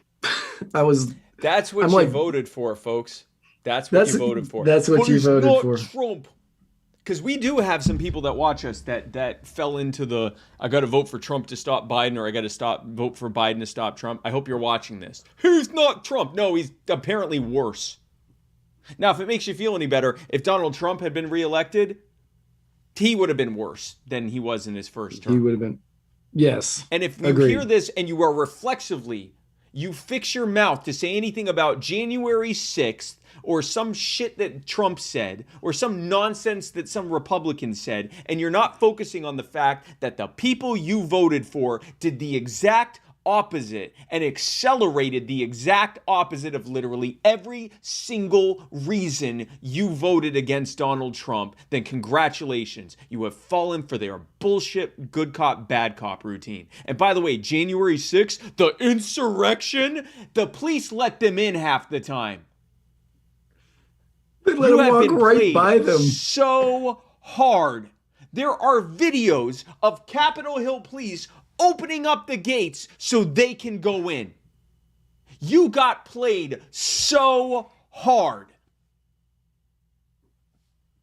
I love it. This is like me talking about Titanic. Yes, this is you talking about Titanic. That movie was such bullshit. But now, if what I have said to you hurts you so much that you feel personally injured and you live in Florida, well, you can sue me by going to chrisreynoldslaw.com and hiring personal injury attorney Chris Reynolds, attorney at law, who brings you the personal injury attorney Chris Reynolds, attorney at law anchor call-in moment, where you can go to anchor.fm/muddywaters and you can leave messages for me and Matt. And I'm going to it right now so I can open up and listen to them. And you can leave messages for me and Matt. And we'll play them right here on the Muddy Waters of Freedom, right here during the personal injury attorney Chris Reynolds, attorney at law anchor call-in moment. And you can also, there's a button right next to it where you can donate to us. And if you donate to us, we will love you. And you're helping to provide the funding that we need for this August program that we have right here. You do not have to leave a donation for us to listen to or play your message, but we will like you more. We will like you more. Wow, we have a lot of messages. Yep. Okay, so let's start with Stephen Moody. Good evening, Muddy Waters Media.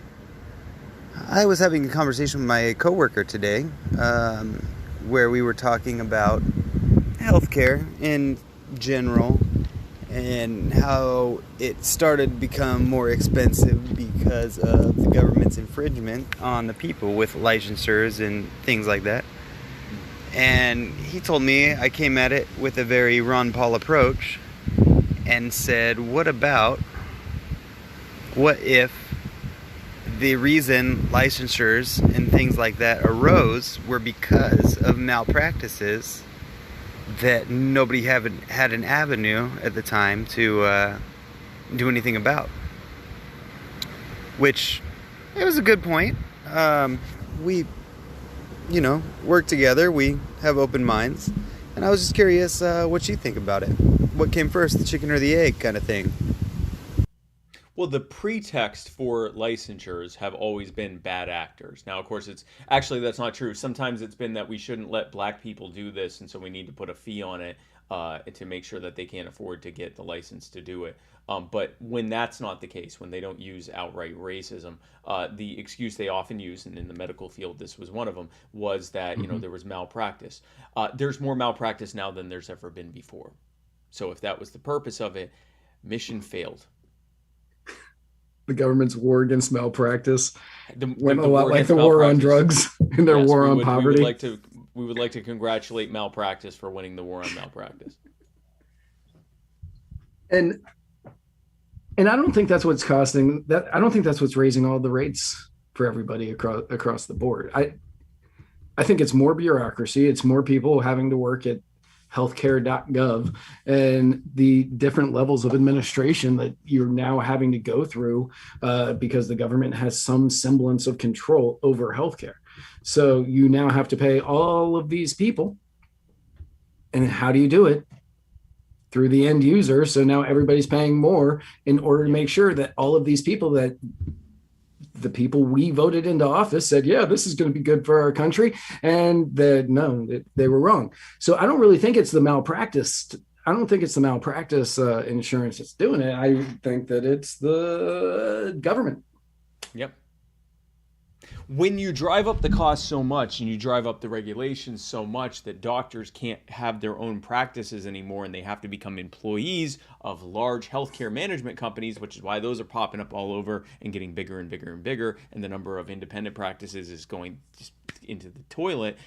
Now they have more people that they have to see every day because they're no longer setting their own schedule. They're an employee, and they have to see sometimes 2 or even 3 times as many patients as they were seeing in previous times, which leads to malpractice.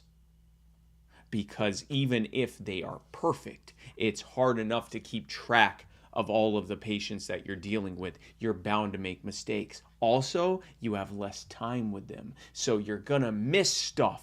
And you're gonna, in the middle of making mistakes and missing stuff, you are bound to have more and more and more malpractice, which leads to higher and higher and higher malpractice insurance rates, which leads to more and more and more doctors dropping out because they can't afford it, which means to higher and higher and higher patient loads for the doctors that are staying in it. The war on malpractice has led to more malpractice. Thank you. Now, real quick, before you play the next one. Sure. That was from Stephen Moody. Yes. That question.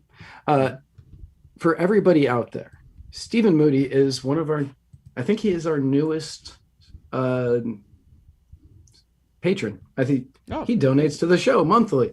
And I want you to listen to his question. It was clear. It was concise. Yeah. Mm-hmm. It was very well worded. Stephen, everybody out there should be more like Stephen. Donate to the show. Yes. Leave clear, concise messages. Be like Stephen. Be like Stephen. Be like Stephen. Be like Stephen Moody. Stephen. Be like Stephen Moody. Now I'm scared to play this next one.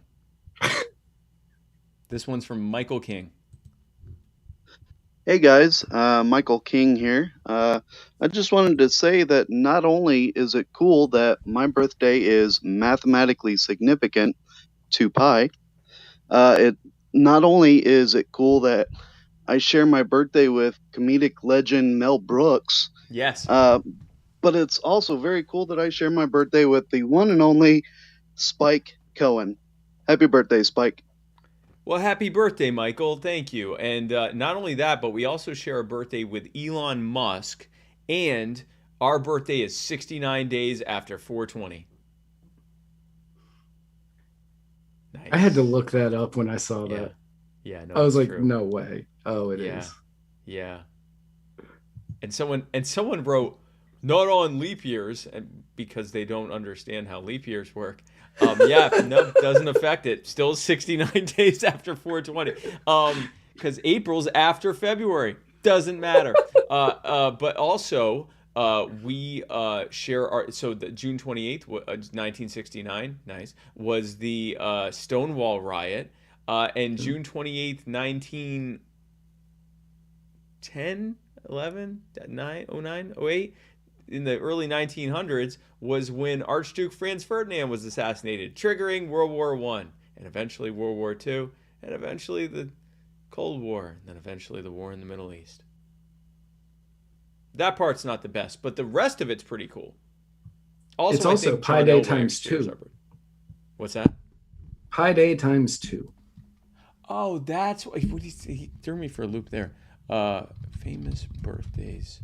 There are other people too who have famous birthdays. Elon Musk, Markiplier, John Cusack. John Cusack? Yeah, John Cusack. Kathy Bates, Mel Brooks, Hai Ji-won. Yes. Yes, Hai Ji-won. Rob Dyrdek. Oh, wow, really? Rob Dyrdek? One of the guys from BTS. Tachina Arnold, I think she's funny. A bunch of Asian people. Man, that's a good... John Elway. Yeah, I knew it was John Elway was. Then a bunch of more Asians. Happy birthday, Michael. From me and the Muddy Waters crew. All right, let's go to this next one, which is from Tom Arnold. I just wanted to say that I appreciate all the hard work that Matt Wright does to make this show so successful. You know, Matt Wright's partner seems to be gallivanting all over the country, doing this and doing that. Gallivanting. And yet, Matt Wright is the one staying at home, doing all the drudge work to make the effort to make the shows be the success that it is. I just wanted to say how much I appreciate Matt Wright for all his endeavors. Thank you, and have a good evening. Thank you, Tom, for recognizing all of the hard work that I put into this show week after week. And I appreciate you in so many ways. You are a fantastic just like if somebody was the intrinsic messenger of liberty, Tom. Yep. It would be you. And I appreciate you giving me the shout out that I definitely deserve. I see Tom Arnold as the poet laureate of the liberty movement. First of all, Tom, you are unironically correct. Matt does most of the heavy lifting in Muddy Waters easily. And second of all, gallivanting is an interesting way to describe what I'm doing. Gallivanting. Gallivanting. Just on a little going to parties with your lovely wife. I mean, that is true. Hanging out and shaking hands with people, kissing babies, while I'm stuck here picking up the slack. Now I feel like I am gallivanting. I thought I was working. I mean, I do that, but I also do some worky stuff too. We have another one from Tom Arnold, which I assume will be equally verbally abusive to me. I do have a question for Spike, though. This is Tom. And that question is, what is your earliest memory? You know, since yesterday was your 39th birthday, what is your earliest memory as a child? That's all I got to say. Have a good day. Keep up the good work, guys. Bye. Oh, now it's guys. Now both of us are doing good work. That's convenient. So well, you are. While you're gallivanting, you're doing good I'm work. doing some great gallivanting for Muddy Waters. My first memory, I think my first memory was being in, would that have been, I think my first memory would have been around somewhere between 2 and 3. And I asked my mom, she told me how old I was, and we were like learning counting, like 1, 2, 3, 4, whatever. And so I knew like 1, 2, 3, 4, whatever. I don't know how high I could count, but you know, she told me I was 2, 1, 2, or 3, or whatever it was, and counted to it. And I asked her how old she was, and she said, I'm 31, or whatever she was at the time. And I just remember laughing because it was like, that was such an unconceivable number. Like the most absurd, like it was like you might as well said a million billion. And so I think that was my first memory. Of course, now I'm 39, so who's laughing now, schmuck? But I believe that is my, I believe that's my earliest memory is being in the kitchen of the apartment we were living in just outside of Baltimore in Randallstown and laughing at how old she was. I think. I believe so. Here's the next one from Stephen Witt, who won our contest. I got to deliver. Yeah, I got to deliver. Oh, play those reversed. Play those reversed. So okay. All right, I'll play. Yeah. The first. Okay. Play those reversed. According to what he told me on This is Steve Witt calling in on the Chris Reynolds attorney at law anchor call-in moment. And just to go back on what I was saying, I want to know your feelings on the Environmental Protection Agency regulating what... Nope. All right, here we're going to go with the first one first. Hello, guy on left and Spike Cohen. This is my first time calling in on the anchor call-in moment. And a quick little thing on Facebook popped up from the Myrtle Beach city government talking about the Environmental Protection Agency and their rules against the spreading of human ashes at sea. And I had to go ahead and look it up. And let me go to the website. The EPA has issued a general permit under the Marine Protection Research and Sanctuaries Act to authorize the burial of human remains at sea. The general permit is published in the federal regulations at 40 CFR 229.1. And basically, you are not allowed to spread your loved one's remains at the shoreline. You must be forced to go 3 miles out at sea. And then, so this is the continuation. This is attorney at law, anchor calling moment. And just to go back on what I was saying, I want to know your feelings on the Environmental Protection Agency regulating what people can and cannot do with their loved one's ashes in terms of spreading it in the ocean. The law currently states that they must go 3 miles out from the shoreline, and I want to know your feelings on that. Thank you. Did he say 3 or 30? 3. Okay, so I understand what parts per million in the ocean is like. I get it. Like and I guess their theory is that if it gets 3 miles out by the time, your ashes are nothing compared to everything else that's like ocean. What percentage of people, legitimately, I don't know these, and I'm not trying to downplay any of it, but what percentage of people are getting cremated versus buried or anything else? I don't know. Let me see. Because that's a good question. And then what percentage of those people are saying, I want them spread at the ocean? I imagine that the percentage of people saying I want them spread at the ocean is probably a good number. 20 to 30% would be my guess. So it's roughly half. The data is not super solid. It has been going up quite some time, but it's around half that get cremated now. So it's now it's just over half. It's now the most popular way, replacing burials as being the most popular way of getting buried. The percentage of those people who are having all of their remains put out to sea. First of all, if every single person who died had their remains put out to sea, you're still not going to even notice it in the water. It's nothing. That's like saying you can't flick your cigarette button. You could smoking a pack of cigarettes. It's what a stupid. Your ashes are nothing. It fits in a little. Those urns, only a little bit of it's fits in a bag like this big. Eric B. I'm not going to try your last name, Eric. I apologize. Eric B. says, my question is, how would they know what the ashes are from? Right. Now, granted, if you have an urn that says here, here lie the ashes, or here sit the, I don't know what you say on an urn. Here are the ashes of John Doe who died last week. They're going to be able to say, no, those are definitely John Doe's ashes who died last week.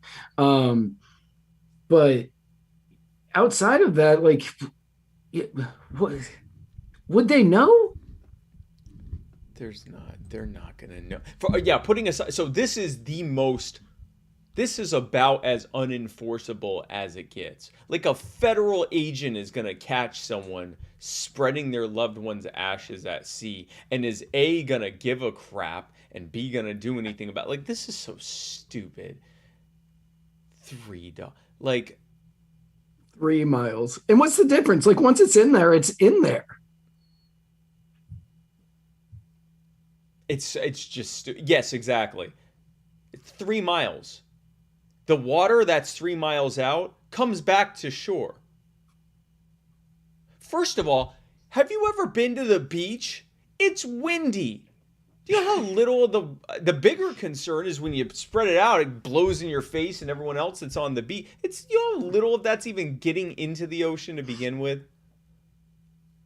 And no, to any Stephen or anyone else that's asking, I'm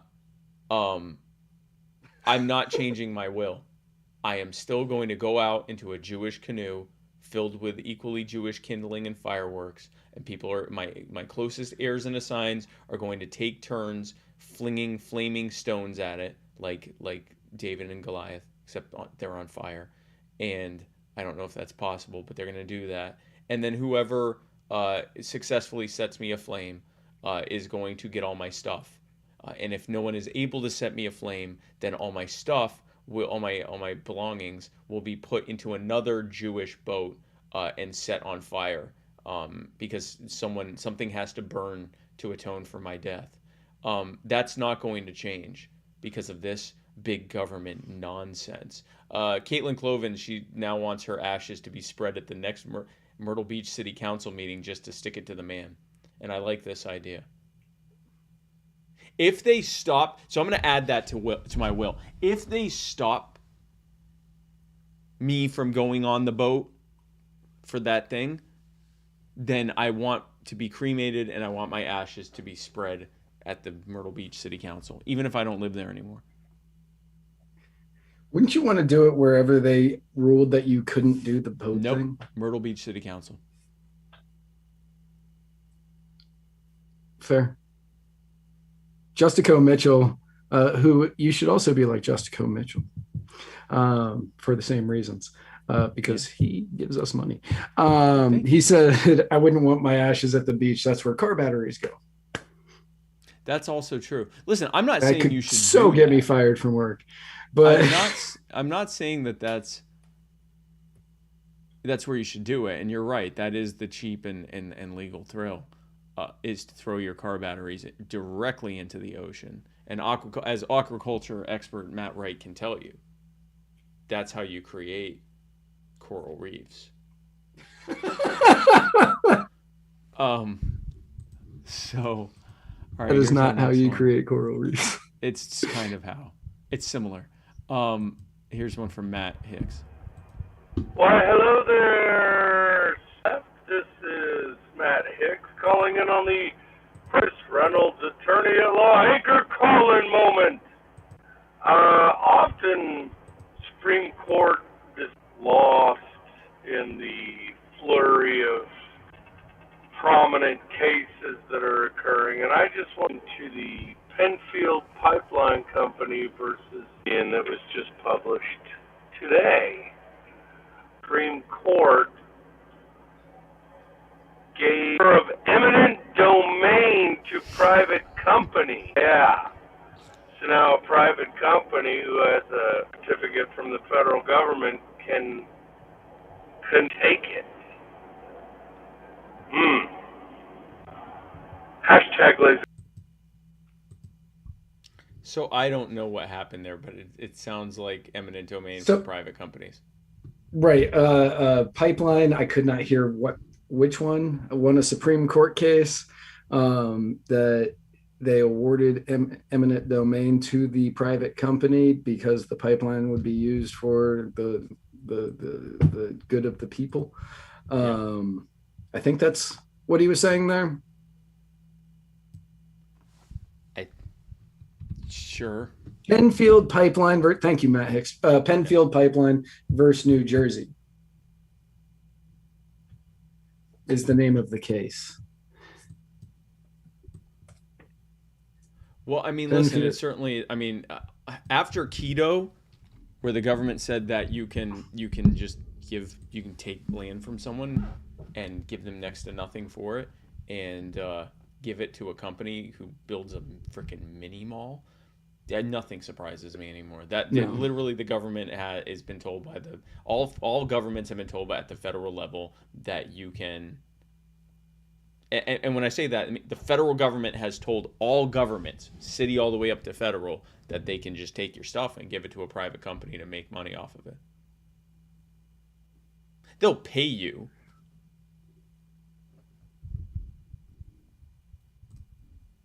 So it was a 5-4 ruling. Justice Roberts wrote the opinion. Justice Gorsuch filed a dissenting opinion in which Clarence Thomas joined. Amy Coney Barrett filed a dissenting opinion, which Kagan, Thomas, and Gorsuch joined. So the ones who voted against it were Barrett, Thomas, Kagan, and Gorsuch. And so you can do the math on who voted for it. But yeah. Now Matt Hicks is saying private companies can now exercise eminent domain. Which right. Is, I guess directly. They're getting licenses from government to exercise private domain, eminent domain, so then they can use private enforcement to be able to do it, which is really just one step ahead of what was already happening. So, yeah. Yes, he did. Yeah, I do believe he was talking into a fan. So, yeah, no, that's pretty much par for the course of what government's doing at this point. Right. Here's another one from Matt Laser Legend Hicks. I hope it sounds better than that one.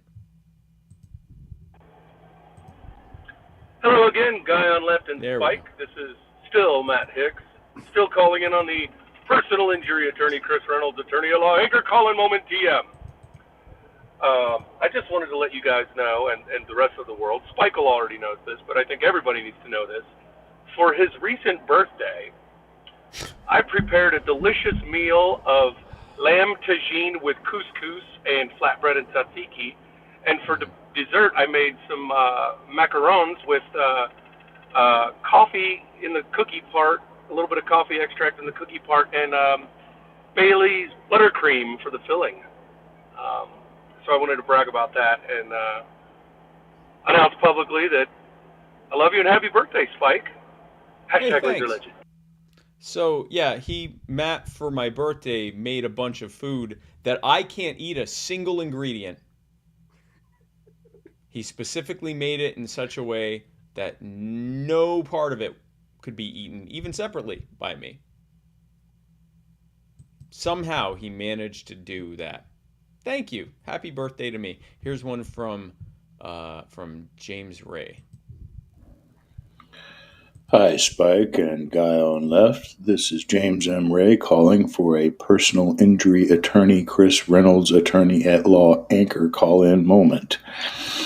I have a lot of ideas, and some of them take really smart people with really lots of hard work, like energy from thorium or electing Martha Bueno. But I have one really simple idea, and it has to do with how you guys close your show.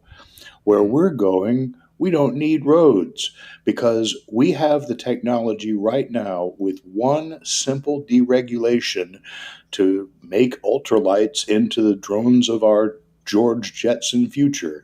And that deregulation is to quit limiting ultralight airplanes to 5 gallons of gas only. They need a decent sized gas tank, and that would make them useful. That's it. That's it?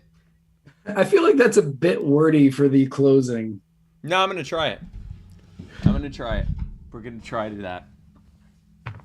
I don't care what you say. I'm saying we don't need roads at the end. Yeah, I'm gonna say all that shit. I'm gonna say it, and he's right. That needs to be ended. There's no reason that they should be saying how much gasoline an ultralight can. You remember carry. when we had Marta Bueno on our show? When was that? That was like 2 months ago. Yeah, that was a while back. Yeah, that was back in March. She was awesome on our show. Much better on our show than she was on Cajun's. Well, she was great on Cajun, but Cajun... Well, of course, because, Cajun isn't as good of a host as us, so how could it be as good as it was on our show? Because we're better hosts. Speaking of which, here's a call-in from the Cajun Libertarian. What's up, y'all? Cajun Libertarian here. No jokes today, no games, no fun. Just wanted to be honest with you and say thank you to and your respective spouses very much for putting in all of the hours and all of the work to push the liberty movement forward.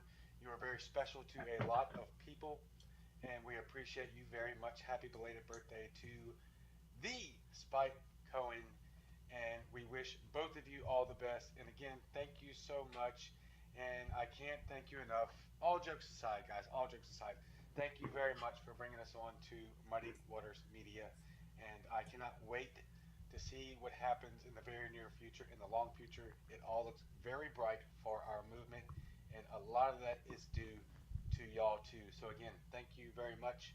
We love you, and have a great show.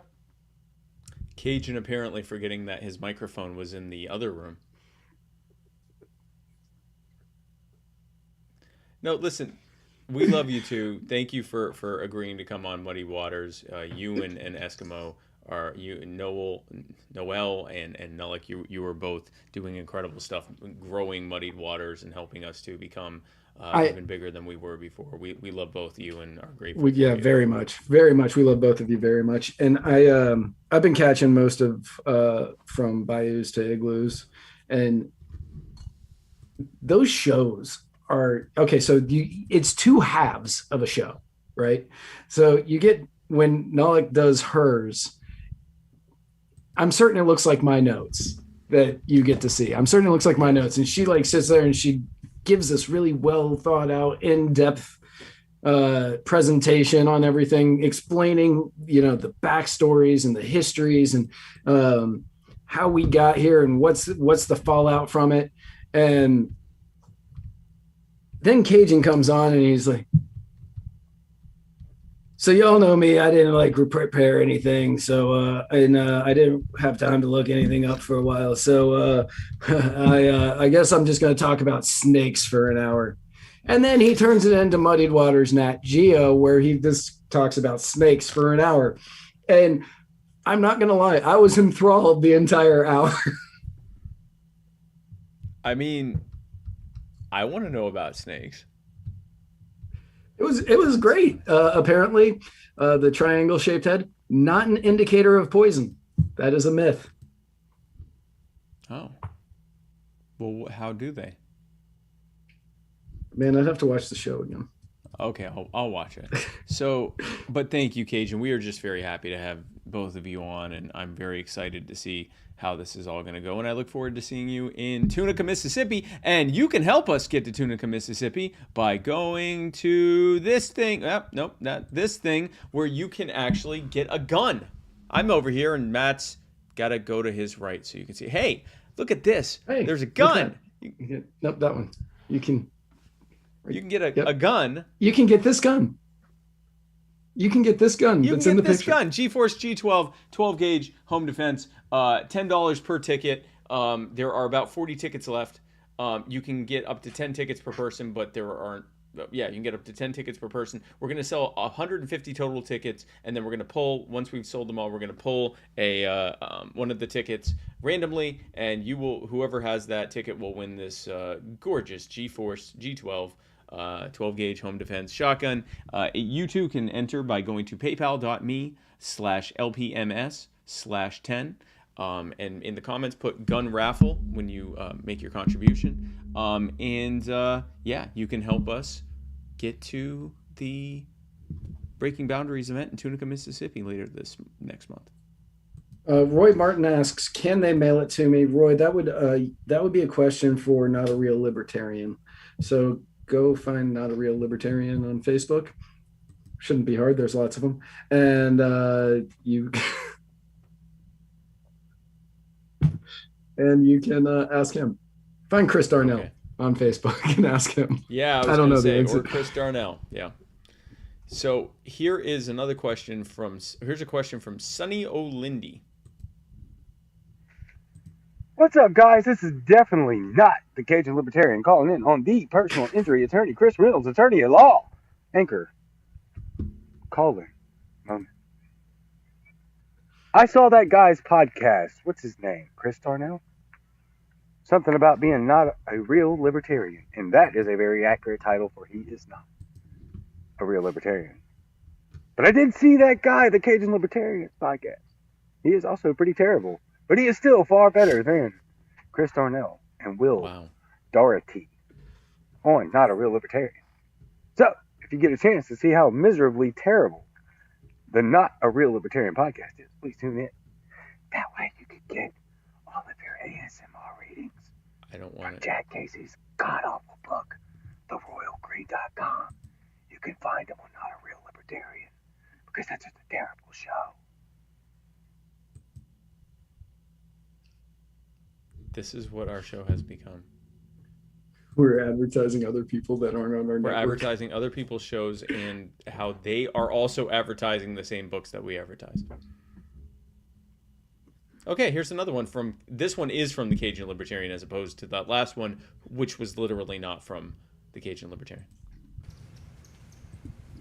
I just want to say that I heard that guy, Matt Wright, on Clubhouse, say that other guy, the Cajun Libertarian, was the best Cajun impersonation of me, Donald J. Trump, out of all the Cajuns.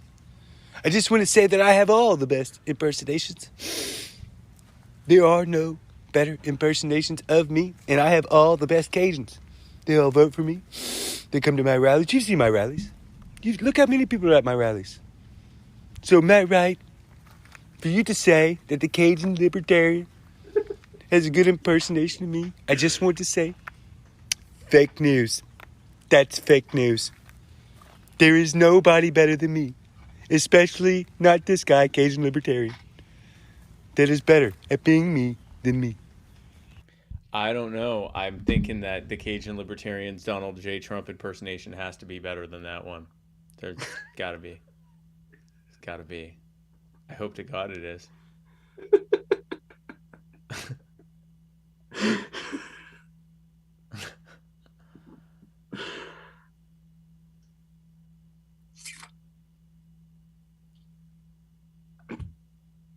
So we got one more left. Here's one from Connie Keller. Oh, thank Hi, God. this is Connie Keller, and I'm calling in for my first Chris Reynolds personal injury attorney anchor call-in moment, TM. I'm just going to use this space to thank you all. Every Tuesday night's the best day of the week. It's date night for Jimmy and I, and I just wanted to thank you all for all you do. Thank you. Well, thank you, Connie and Jimmy. We love you both, and I look Very forward to much, seeing yeah. you in August. Yeah, for anybody who doesn't know, Connie and Jimmy they're wonderful people. They've been fans of the show for a while. Yeah. Yeah, years. Yeah. And they have been massive supporters of ours, and even during like the really difficult times in the show, they were there like cheering us on and pushing us. And they are just excellent people, and they are always there for a very kind and generous ear, and will talk to you about pretty much anything that you want to talk to them about. But they are just great people who deserve tons of praise. If you are on Clubhouse, I'm certain you have met them already in one way or another, but they are wonderful people. If you haven't found them on Clubhouse or on their respective social media sites, go out and find them. They are great people. Yeah, no, Connie and Jimmy are amazing people. Thank you guys so much. And thank you, all of you, for contributing to another great segment of the personal injury attorney, Chris Reynolds, attorney at law, anchor call-in moment. Now, folks, we're going to end this segment talking about someone who...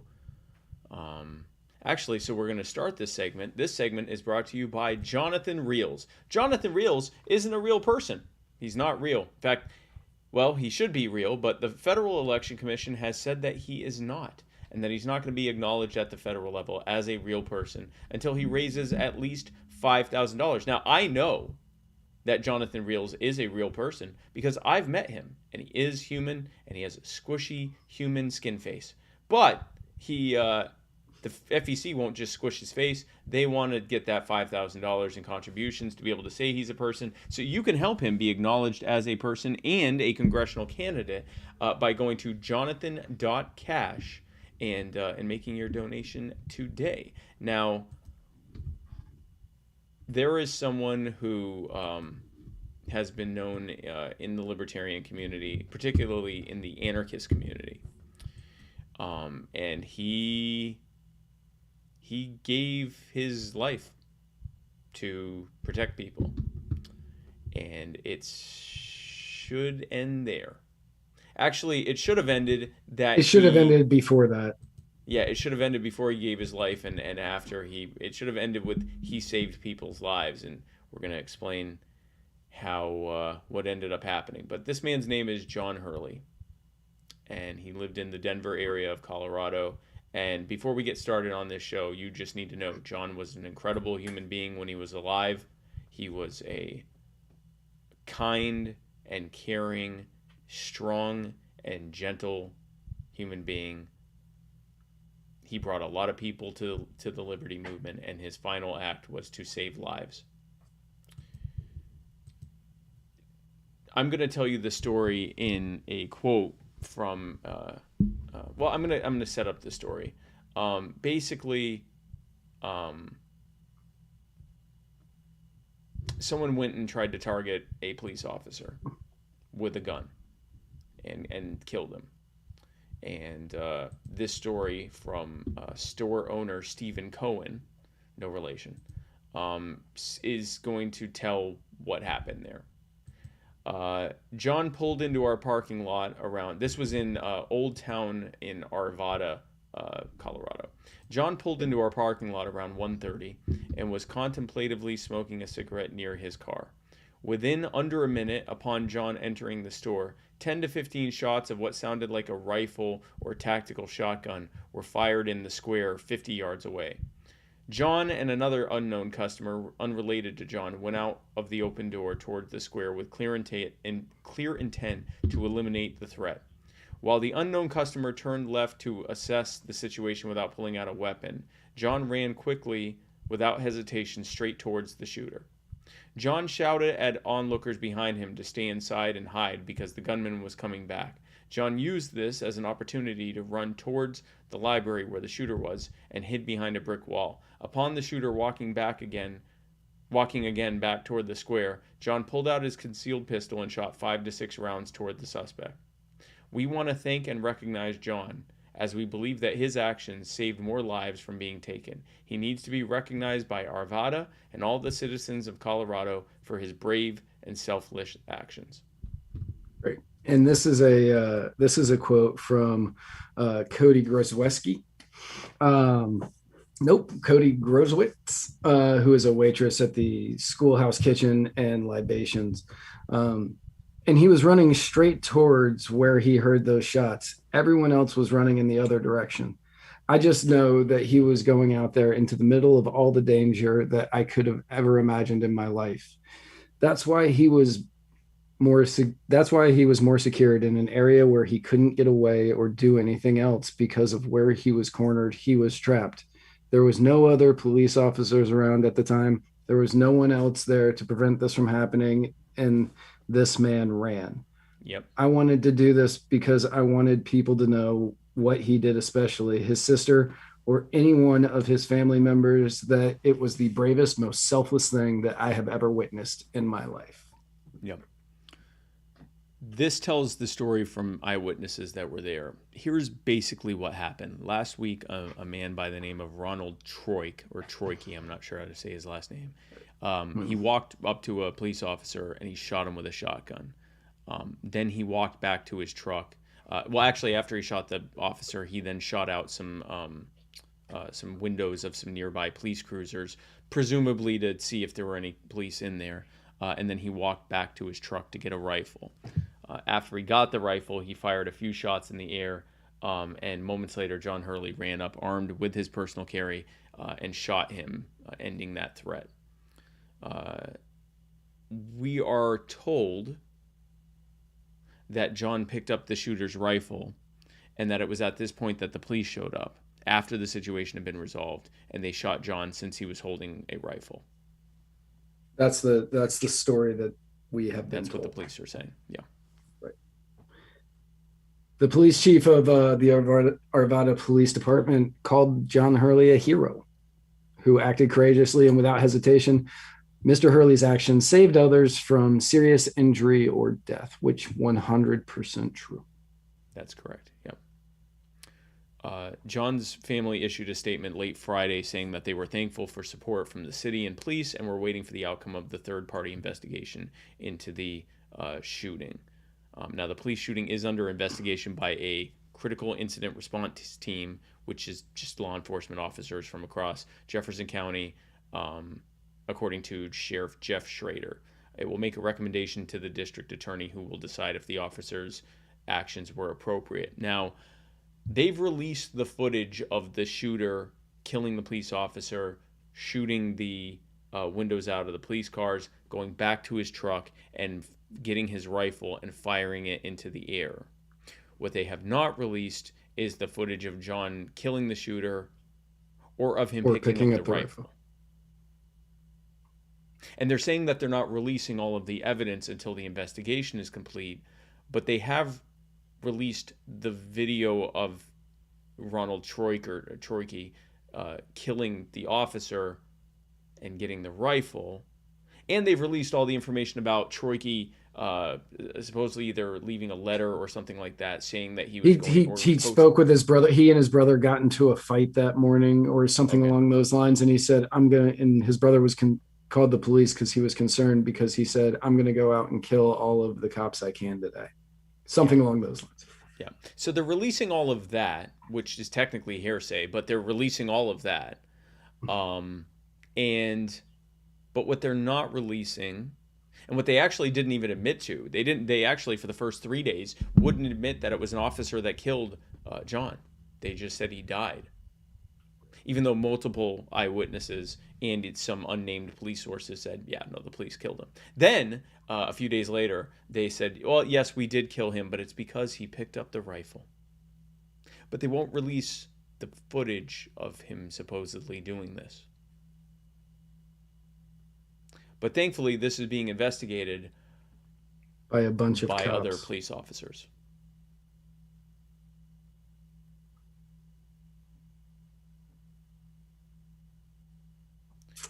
John, I didn't know John. I never got to meet John. I don't know if you did, but from everything that I've heard, John was a good person, and he was obviously one of the most selfless people in the world, because he was willing to risk his life in order to save as many as possible. And what has happened is an absolute tragedy. And I've seen a bunch of people in the comments say picking up a rifle is not illegal. And you are right. Picking up a rifle is not illegal. Yes, there should have been de-escalation. But instead of focusing on that, I want to focus on the fact, if you're a prayers person, a thoughts person, I don't care who you pray to, who you think to, whether it's Christ, Allah, Buddha, Gandhi, I don't care. Have those prayers and thoughts and with his family, because this shouldn't have happened. Yep. This absolutely shouldn't have happened. There is a GoFundMe to help his family out. It's easy to find if you Google it. I'll put it in the comments. Okay. Because this is an absolute travesty, and John should be alive today, being regarded as a hero who saved many lives. Instead, he was shot by the police too quickly. And it's so hard for me not to go into that aspect of it, but I don't want to hit that aspect of it, because I just want the focus to be on John. Yeah. Because John deserves it. And remember John. No matter what we do going forward, make sure that we remember John. John Hurley is an amazing, amazing, selfless, brave human being who deserves to be remembered across the board by everybody. Yep. And he does not. I don't want somebody like that to turn into what will eventually become the political fight of, oh yeah, but he was blah, blah, blah. I don't want that, because that is not what he was. That is not what he was doing. So everybody make sure that no matter what comes out in the coming weeks and months about this, we remember John as the hero that he is, and not the political pawn that they are going to try to make him. Exactly. Yeah. No, this is going, especially if there is enough evidence that they should be arresting the officers who killed him, or at least reprimanding them or punishing them in some way. It's going to get ugly. He was a hero is going to turn into, well, he once posted, this he smoked controversy. weed. He was an anarchist and he was a libertarian. I did not ever meet him that I know of, unless he did come to my event in Colorado when I was at the convention. I don't know. I don't believe so. But I do know that he has shared some of my content in the past. He's been a integral part of the liberty movement, especially in Colorado. They're going to dig up stuff that he has said. They're going to go, well, he was one of radical anarchists, and maybe he also wanted to kill. But they're going to do whatever they can. If it comes down, right now they're saying hero, but if it comes down to acknowledging that he was murdered by the police, or making him out to be a scapegoat for the police, we both know what they're going to do. And so it's going to get ugly. Yeah. So just remember who this man was. John Hurley was a hero who saved lives, who saved potentially police officer lives in addition to civilian lives. Because even though he was an anarchist, he still wasn't going to let someone kill innocent people. And J. Adam Weggs in the comments said he's going to disagree partially with me. And he says we should remember the sacrifice he made, but we must prevent further sacrifices from being made.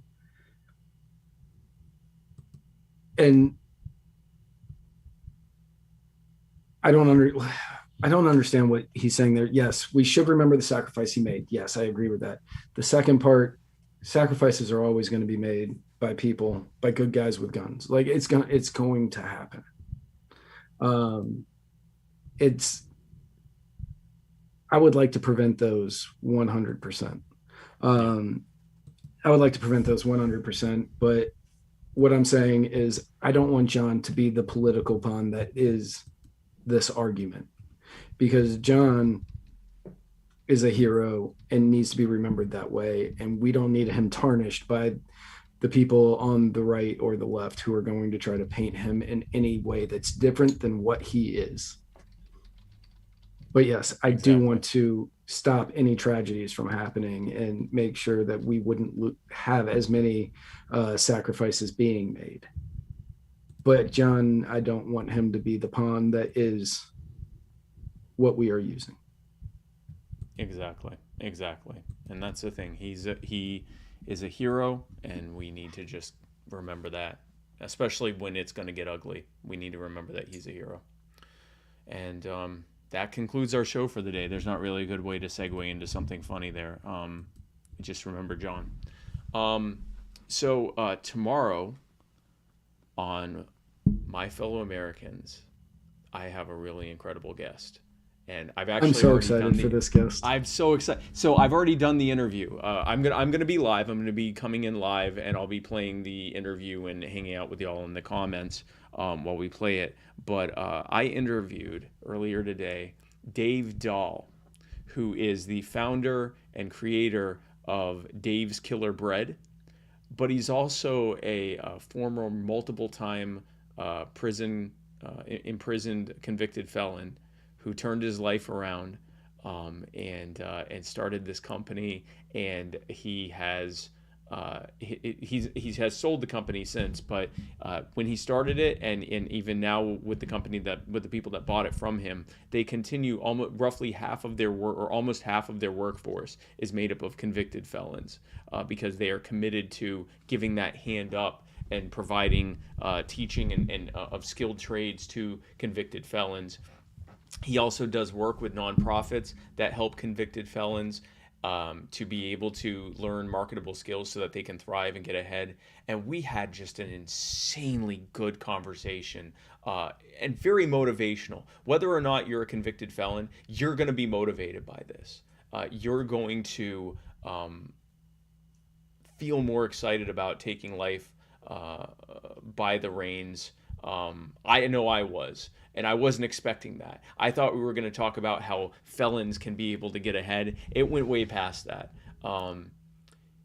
He's going to enlighten you. He's going to uplift you. We're going to have a really, really cool conversation about the changes that need to happen in ourselves and the changes that need to happen in government and in our society to be able to help everyone, but also be able to help convicted felons. We talk about restorative justice. This is a really, really, really good interview. And we're going to talk about what you can do starting right then watching it to be able to help people, help yourself and help other people, including and especially those who have been convicted in the past, to be able to thrive and get ahead. I can't say enough about this episode. It is one of my favorite interviews ever, one of the most uplifting interviews I've ever had, and I hope you join me tomorrow at 8 p.m. Eastern for My Fellow Americans with Dave Dahl.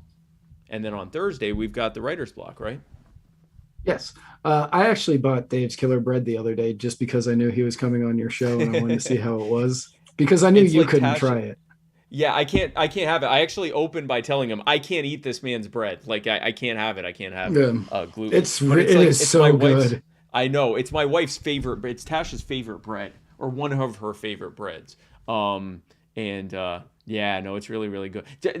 I can't even begin to tell you how motivational this is. It changed the way that I look at how, and I'm not exaggerating when I say this. In the first few minutes of the interview, he starts by saying a very simple phrase that completely changed the way that I think about how we can look at our lives and what we're doing with them.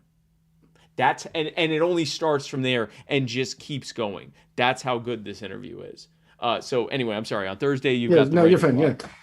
On Thursday, I have one of the founding members of BTS, Jonathan Reels, is going to be on my show.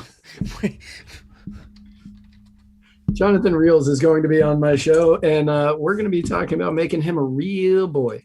A real boy. We're going to give him the Pinocchio treatment and find out how we can make Jonathan Reels a real boy.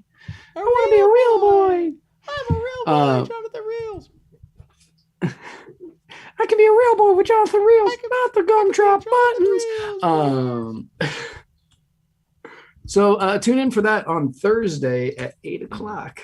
I can't tell you how it's going to go because mine are live. And then after the Writer's Block, join me on Clubhouse with congressional candidate Travis Bull Johnson. Actually, is that both of us or just me? I don't know. Is it in the calendar? It's in the calendar. Join both of us or me, or both of us. You can join in too. Or both.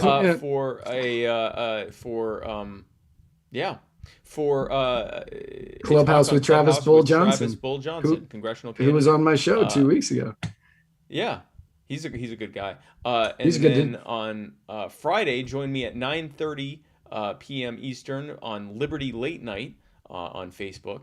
I think they're on YouTube as well. And then this weekend, I'm not going to be anywhere because it's the 4th of July weekend, and you should go shoot off fireworks and eat grilled meat and remember that the founders fought for. Well, anyway, isn't July 4th your anniversary day? Your show anniversary? Yes, July 4th also happens to be the 3-year anniversary of my show, but I'm not gonna have a. God, has it only been 3 years? It's only been 3 years. All of this has happened in 3 years. Jesus Christ! Right. And then on Sunday, I don't know if they're doing a show. Yeah, I was gonna say I don't know if they're doing. You might be able to tune in at 3 o'clock Eastern for Cajun and Eskimo, from bayous to igloos. And I highly recommend you do it because their show is wonderful. If they have a show, if not, they have a show, don't. Watch last week's if you missed it. Watch last week's, yeah. Exactly. But no, they produce a great. Well, Eskimo produces a great show. Cajun phones it in, but he does it with panache, so it's kind of acceptable. And then next Tuesday. Well, next Monday at 9 p.m., join me on Clubhouse with Larry Sharp, the one, the only Larry Sharp, who is, I have so much fun with that man at these conventions. He is such a cool guy. Join me on Clubhouse with Larry Sharp. And then next Tuesday, right here, join us for the Muddy Waters of Freedom, where Matt Wright and I parse through the week's events like the sweet little summer cherubs, boys that we are. And then after that, join us on, is that Clubhouse? No, I think that's on Cajun Show. Oh, join us on a very special also episode. next Tuesday. Sorry, Yes. next Tuesday at 5:30, I will be on Clubhouse with Adam Freeman talking about NFTs and the future of NFTs before the Muddied Waters of Freedom. I will be on Clubhouse in the Muddied Waters Media Group Room Club. I don't know. In there with Adam Freeman, where we will be discussing NFTs, the future of NFTs, and some of the projects he has been working on. We're going to do like 15 minutes of him and I talking, and then we're going to open it up for questions before the show. And then after the Muddy Waters of Freedom at like 10-ish, we're doing on a special episode of the Cajun Libertarian, we're doing Libertarian Jeopardy, which is a fundraiser that Matt and I will be taking part in to help raise money for this thing right now, where you can also give to gun, but it's for the same thing, where to raise money for the Muddy Waters team to get to Tunica, Mississippi. And you're probably thinking, why are you going to Tunica, Mississippi? Well, that's because not this coming weekend, but the weekend after that, we're going to be in Tunica, Mississippi at the Horseshoe Casino and Resort for the Libertarian Party of Mississippi Breaking Boundaries for Freedom, for Liberty event. And you can find out more about that event by going to spikecohen.com and going to the event section. That is there, and you can register for that. That event is going to be wild. You are going to have the Cajun Libertarian, and his disproportionately attractive wife. You are going to have Spike Cohen and his disproportionately attractive wife. We are equally attractive, but thank you. No, you're not. And you are going to have me and my disproportionately attractive girlfriend. That's fair. But going back again to what I was saying, you're biased because you're a heterosexual male. I am actually very, very attractive to gay men. So am I, but I understand that she is more attractive to heterosexual males than I am to gay men. Your girlfriend, yeah. So if there were a bisexual person of any gender who came across me and my wife, they'd be having to flip a coin. Well, I guess actually they'd want either equally. Ricky Dale Harrington's also going to be there, as is Adam Kokesh, and holy crap, there's a lot of cool people there. There's a lot of people at this event. There's going to be a lot of cool people at this thing. Holy I crap, think me and Cajun are doing a show Saturday Night Live, like we're Muddied Waters Saturday Night Live. This is going to be a really cool event. Yeah, this is going to be a great event. Definitely go SpikeCohen. Well, you can also go to lpms.org and they've got all the info there. But if you go to SpikeCohen.com and go to the event section, the info is there as well. And then two other big things that are coming up. This is the following weeks, but the following weekend I'm going to be back in the Tampa Bay area for the Spike and Philosopher shooting event. That's the week after that. It's like the week after that when Matt Wright is going to be there as well. We're going to be shooting guns at Reload Gun Range, the largest indoor gun range in I think America, the East Coast. It's a big one. It's a big one. And then it's like the second largest in America, I think. And then the following week, I'm going to be speaking at Freedom Fest.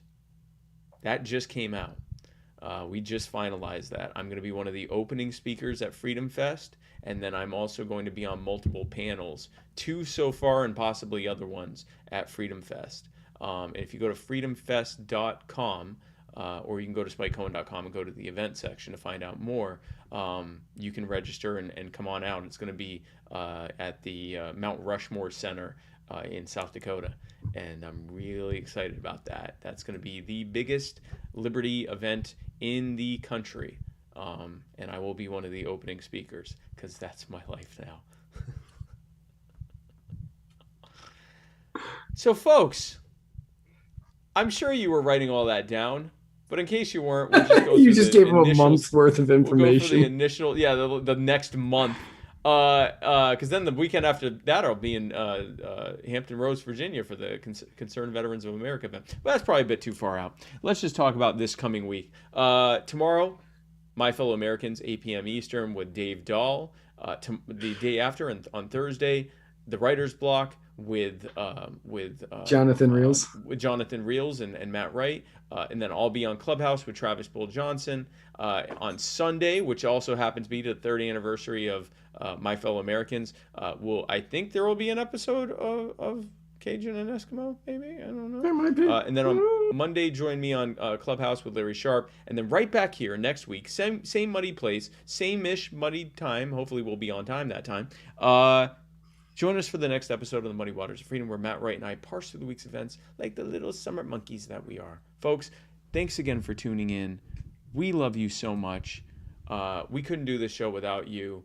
And thanks again for tuning in. Where we're going... We don't need roads. Because if you could have the ultralights, and if the government were to they're not allowing ultralights to happen because, you see, there's a regulation on ultra. Oh, wait a second, Matt, if someone were to look for us on the internet, is that even possible? And if so, where? Oh, are we doing it? I wasn't sure because of the Biden thing. Hang on, got wires everywhere.